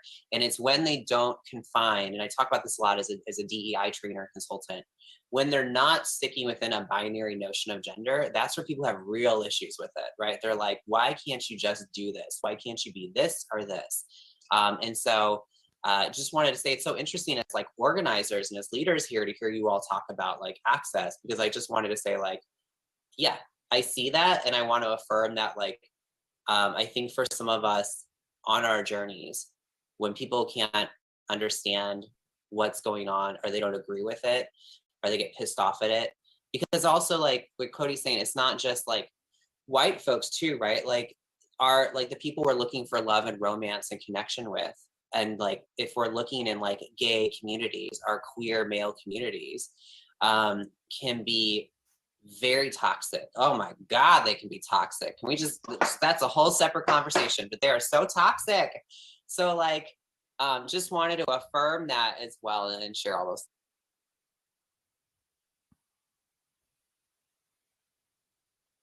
I wasn't sure at first because I had to step away for a second. I was like, what word are we talking about? And I was like, yes, now I remember. It's like, there's many options and I missed a key piece of information. Something that I'm thinking about is just the notion of protection, right? And thinking about like how in most senses, there's not necessarily a need for protection because that breeds paternalism, that can breed savior complexes. But to like Romeo's point, right? Like if we're talking about the concept of rights in a more like electoral politics sense, right? There's not a lot of actual protections, like things in place codified that say like, you can't do this stupid shit to like young people. You can't do these things, these violent things to trans folks. You can't do these disgusting things to communities of color, right? Like you can't, like that you cannot. And I don't mean like hate crime legislation because that's its own messy jumble of stuff, but like, I even like, so this whole thing, right, says like protect trans youth. And I was like, do I wear this today? Because since I bought it, my politic has changed. And I'm like, I don't know that I mean that. But knowing again, like, as I said in the beginning, that we're seeing like legislative tactics in like a legislative policy type way, right? I think in that sense, there's some protections or some push that maybe applies in that arena, which is not the most important arena. I don't believe that electoral politics or electoral, is like necessarily the pathway to liberation, but like it's a big roadblock at the moment that needs some attention. And I'm reminded of this journal article I read a long time ago that literally used the word, it was one word, women and children, in italics. Like they clustered it as one word because it was talking about how the language around women and children, right, is used to justify anti-trans policy, right? It's to protect women, it's protect children, but it's not protecting trans children, it's not protecting trans women. So it was even talking about the language around women and children is used to justify anti-trans policy. Now, how I'm going to interpret that, and this is where we have to leave a little bit of art in this, RB is not trans as in transition.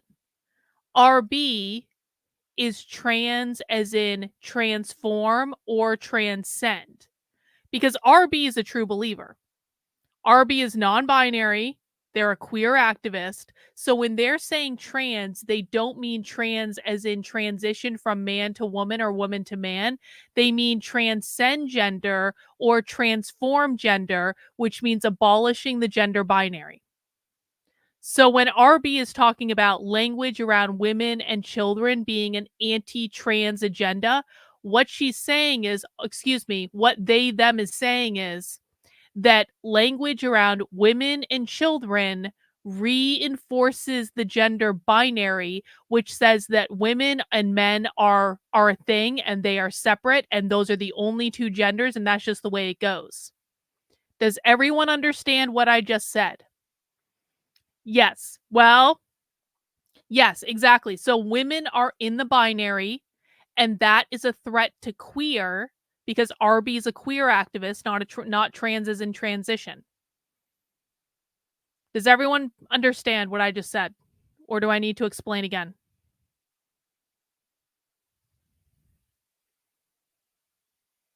Cool. How like that's used at like an imperialist level, right? It's been used to justify like warfare and like missile attacks, right? That we're trying to protect women and children in other countries. So I was really fascinated by that piece. Yes. Marie, do you want to, I see we're in our private chat, but did you want to uplift what you just mentioned? Because I think it's prevalent. I think it's just a great time to look at, if you're doing youth work, right? What frameworks are you working from? So I just, at this point, across the board for transformations, we don't work with people on a collaborative organizational level.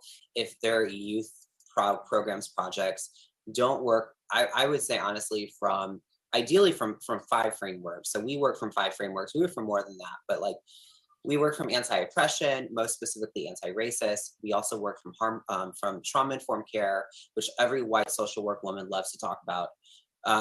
So like everyone can do trauma-informed care and not be anti-racist, right? Like it's like, believe survivors, except, you know, like if they're like a Black gay man, right? Then like, no.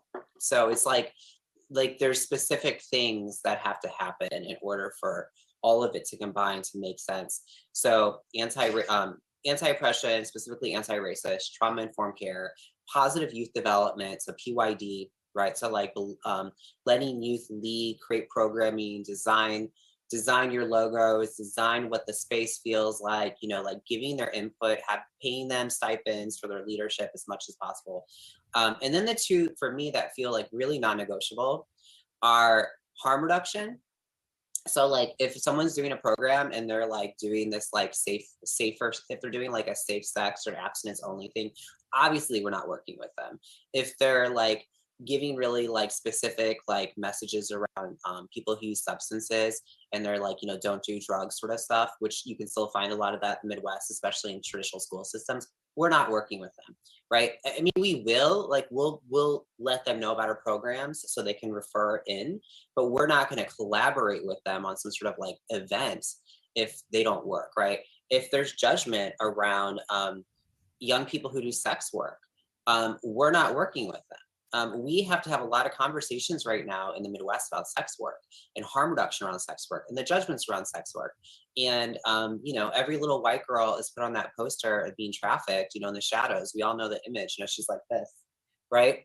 Like, that's the image that they have out there about the trafficked youth. It's not, frankly, a trans kid of color. We know that trans kids of color are highly disposable in this country. When we think about kids that are not protected and kept safe, it is LGBT youth of color and specifically trans non-binary kids of color, where people are like, we're already going to hell, you're already deviant, so nobody cares what happens to you. So then we have the school to prison pipeline being built, but we also have things like these kids are literally gone.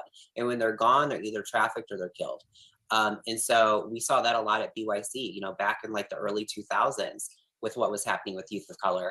But then the other framework that we have is a transformative justice. So having a conversation explicitly about what is your relationship with law enforcement?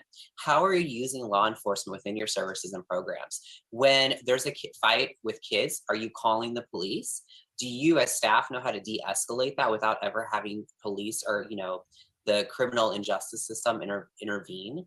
Because we know that that is only just going to further traumatize. And we also know that systems like DFS, you know, our DCFS, Children's Services, different states, is highly problematic, is highly unsafe for trans kids of color. So we're trying to constantly think about who has at least a similar lens that we can partner with. And that gets really hard in places like Missouri or Kansas. But I would encourage folks and organizers watching this to really invest, if you don't, into some harm reduction programming, into some transformative justice training.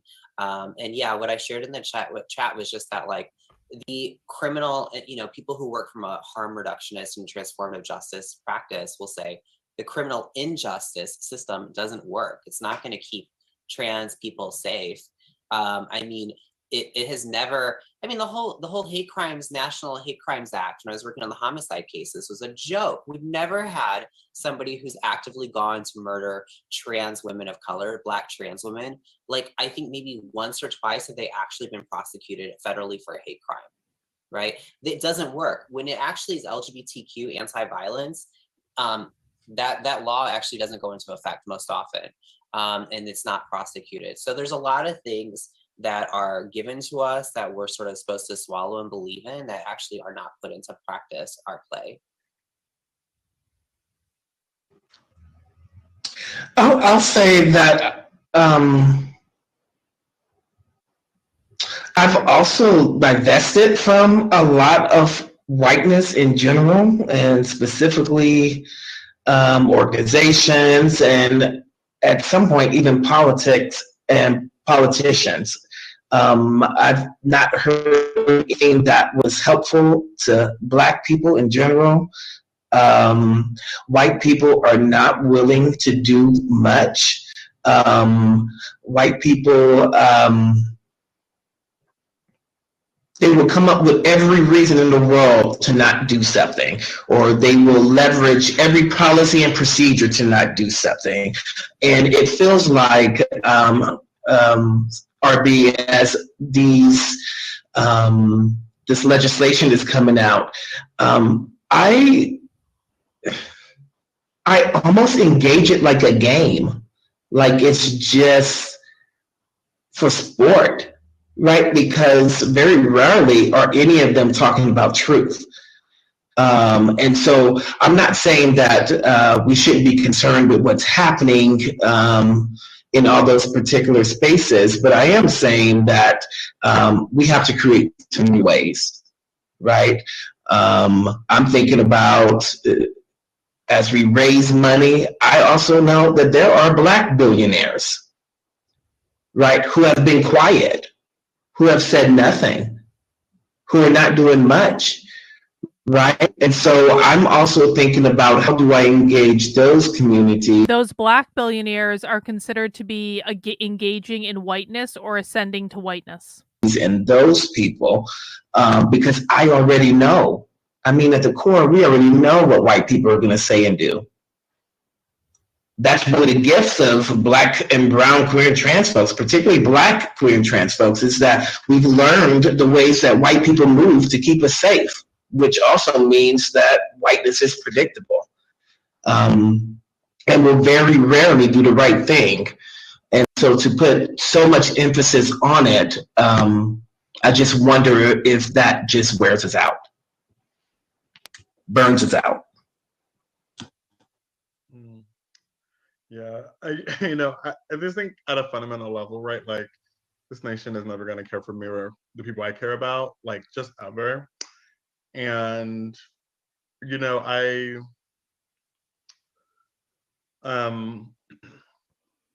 I think as long as we are, and I say we as like a broader movement, focus time and resources towards reforms, right? I think the more harmful it is. It's also hard, like, funding and raising money. Like, when you create a proposal saying, like, your ultimate goal is to end the US government, which should be our goal for lots of reasons, people aren't really drawn to that. Like, that doesn't really speak to people, but that's what just needs to happen, right? Like, that's the simple fact. Like, the nation state needs to end. Like, this is unsustainable. This is the nation state needs to end. A host of reasons. Wait, what? Towards reforms, right? I think the more harmful it is. It's also hard, like, funding and raising money. Like, when you create a proposal saying, like, your ultimate goal is to end the US government, which should be our goal for lots of reasons. What? People aren't really drawn to that. Like, that doesn't really speak to people, but that's what just needs to happen, right? Like, that's the simple fact. Like, the nation state needs to end. Like, when they end the US government, what do you think they're going to replace it with? I feel like that came in at the end and we're all like tired and we're zoned out and we've been listening to these people talk for like an hour and a half and it was like we all just missed the part where they called for the abolition of the US government.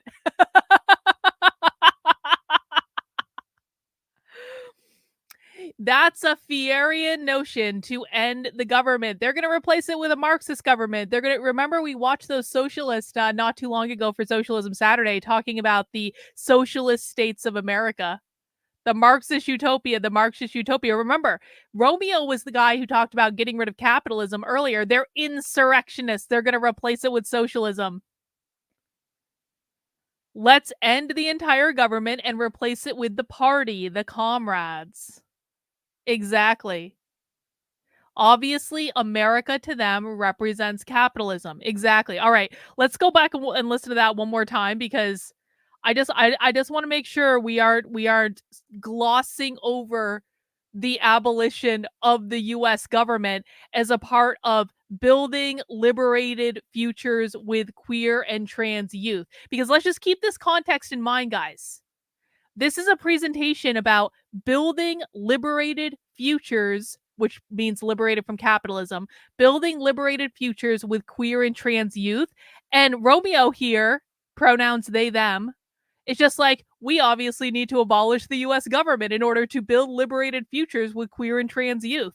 Like, duh. You know, I think as long as we are, and I say we as like a broader movement, focus time and resources towards reforms, right? I think the more harmful it is. It's, you know, it's also hard, like, you know, funding and raising money. Like, you know, when you create a proposal saying like, you know, your ultimate goal is to end the US government, which should be our goal for lots of reasons, you know, people aren't really drawn to that. You know, like that doesn't really speak to people, but that's what just needs to happen, right? Like that's the simple fact. Like the nation state needs to end. Like, you know, this is unsustainable. This is terrible for a host of reasons. Please say capitalism. Please say capitalism. Please. Please. And I won't reduce it to a generational gap that I think lots of people do reductively. But I do think it's something about like, do you believe or do you want to be a part of this democracy or not? Like, you know, there's something in my own research I think about. Like, why would I want to be represented in the US government? Like, you know, like, I actually don't want that.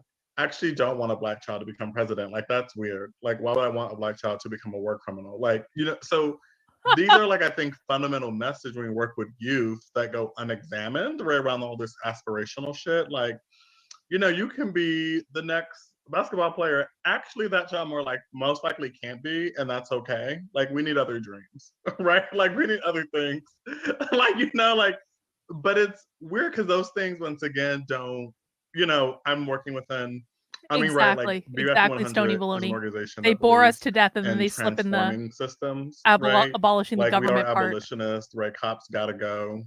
You know, Cops gotta we have not explicitly extended that to the nation state, so I won't speak on that. But like, right, we do think cops gotta go, right? The police got to go. They want to abolish the police, defund the police. Black, queer, and trans youth safe, right? Like, these are things we also just know. He just said that abolishing the police is what's required to keep queer and trans youth safe.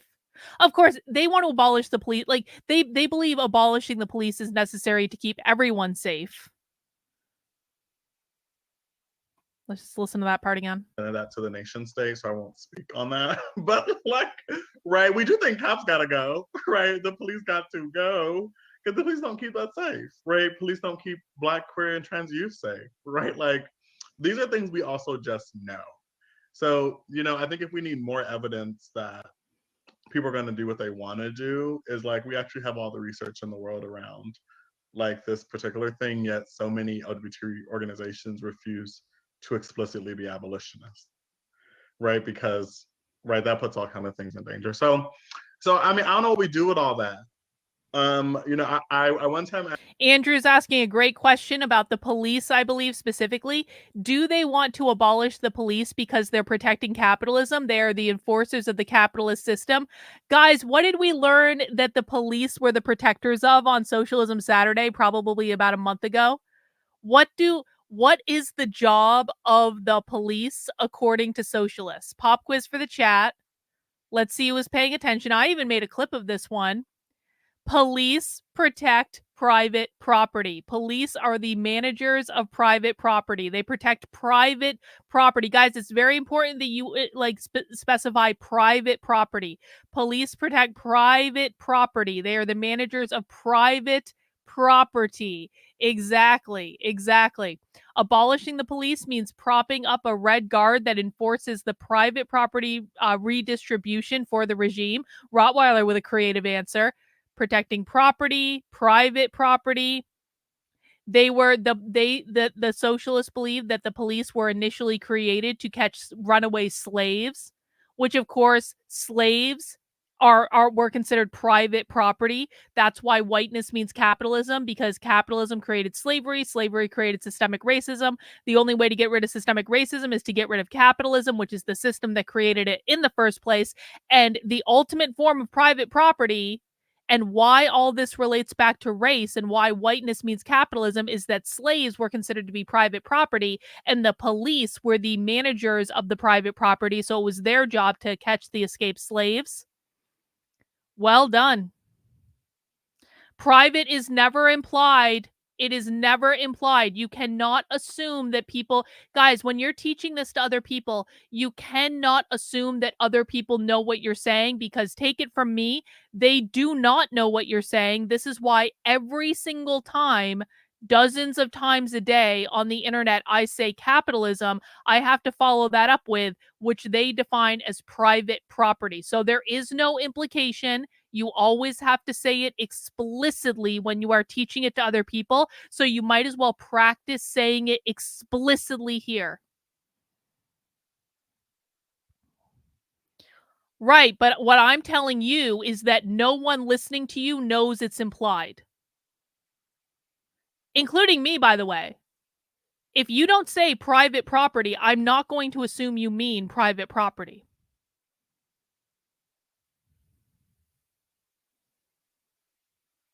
No, this is not true. They want to abolish the police entirely. They do not want the carceral system to exist in any way.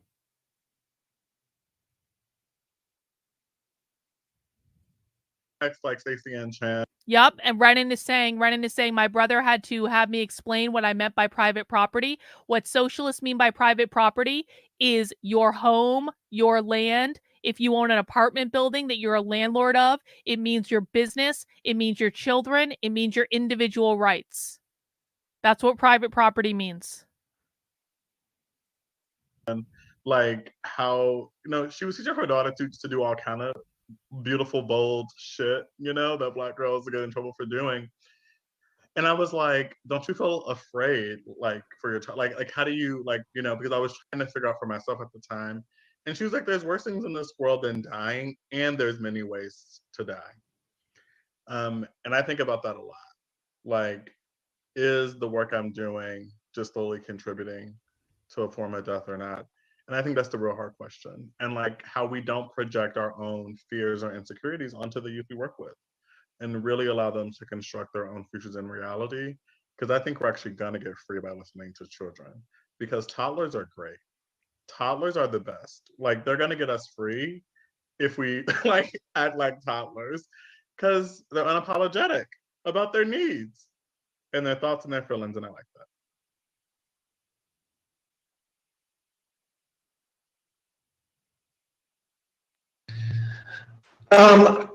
All of that. I think, and this is from my personal experience, that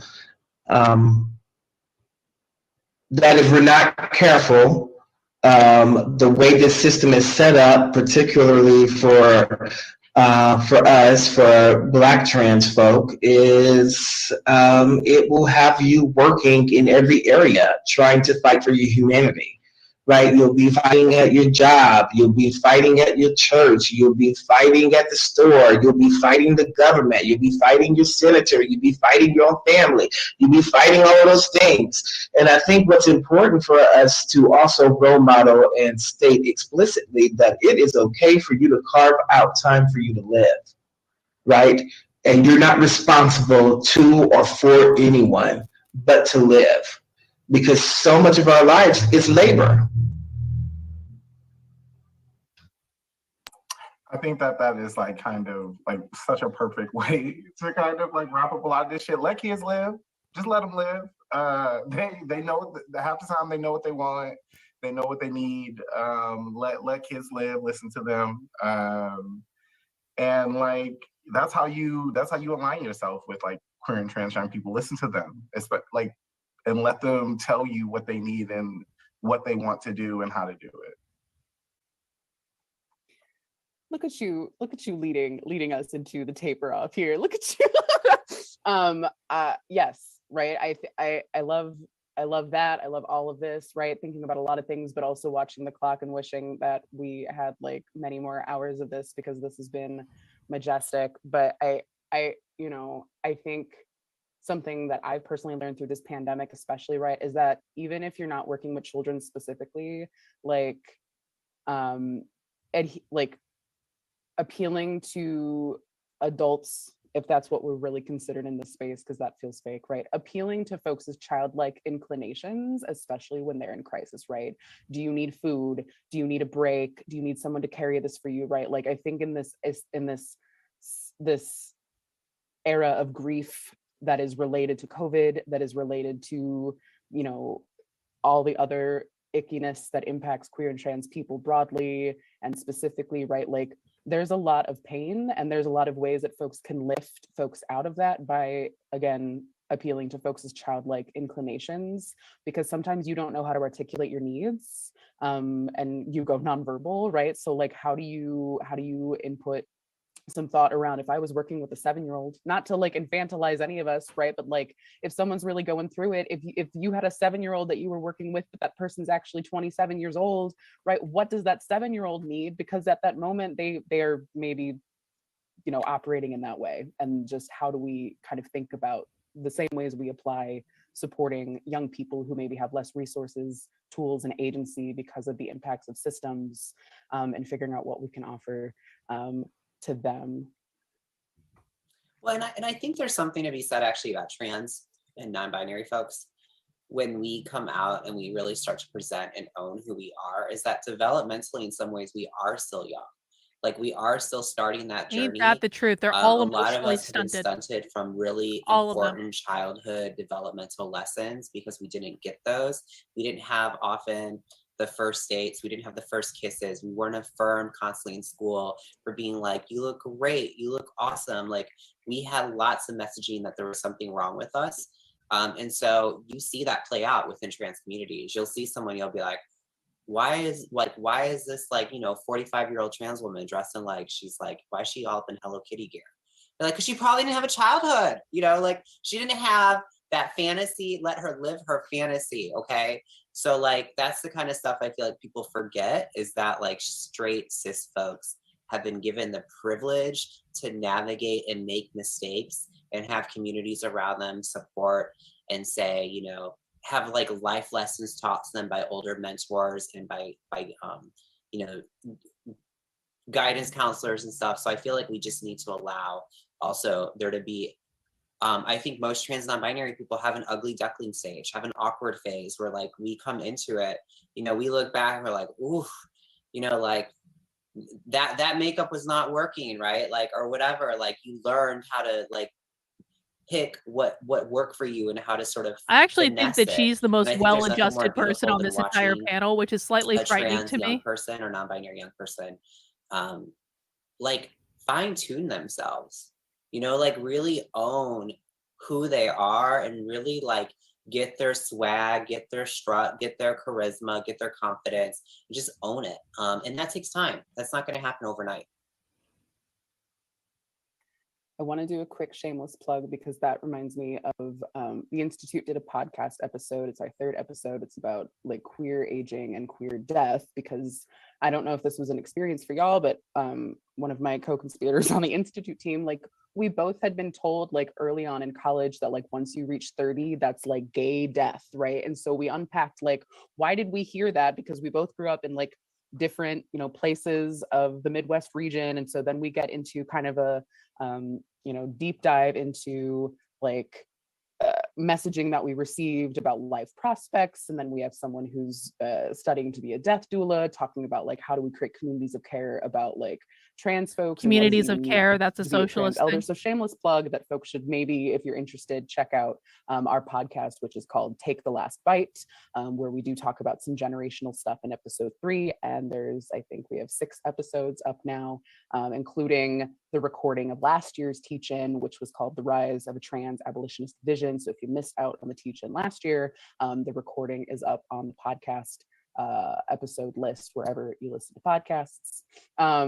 So I could do this for hours because I love hanging out with all of y'all in general. And I don't know that I've ever been in space with more than 2 of you at once at the same time. But I do want to move us towards wrapping up.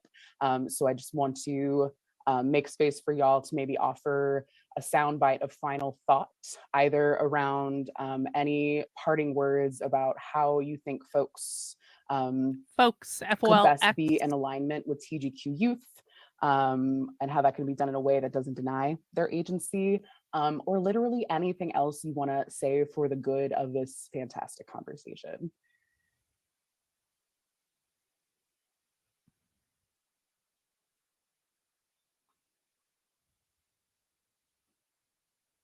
I can go. Yeah. I'm gonna leave folks with a question because that's what I do now on panels. Like that's just what I do now. I'm wondering what world would be possible if we truly honored the agency, experience, and beauty of queer and trans youth of color.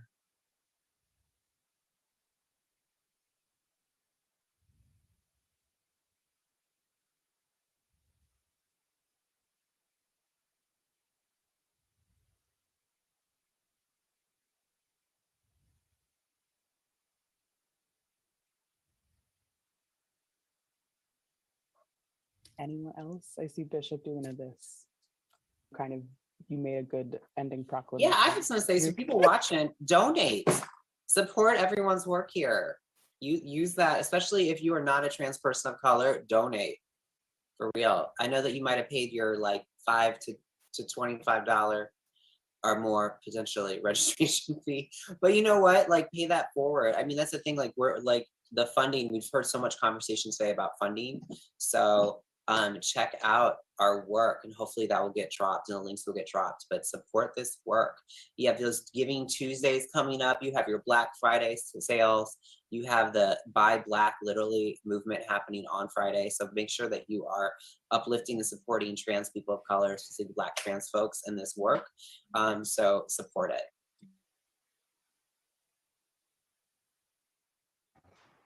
I think what I'll throw out there is let go of this notion that you have to understand in order to be helpful and move forward, right? You most likely won't understand as it has not been your experiences or narratives or your living, right? You don't need to understand something in the moment to know that there is a problem and you are responsible to that problem, right? And so if you're holding on to, well, I don't understand this or this and this and this, ask if those things that you don't understand, right, how does that work with queer and trans folks dying, right? How do you hold those things? So you know there should be some things that are done. And I also give that to Black, queer, and trans folks, right? You don't have to understand yourself in many ways, right? Just allow yourself to be and navigate and figure it out as you go if you have the privilege to do that, right? Not everyone has the privilege to do that. But give ourselves grace. We don't have to know it all to know that something is wrong, right?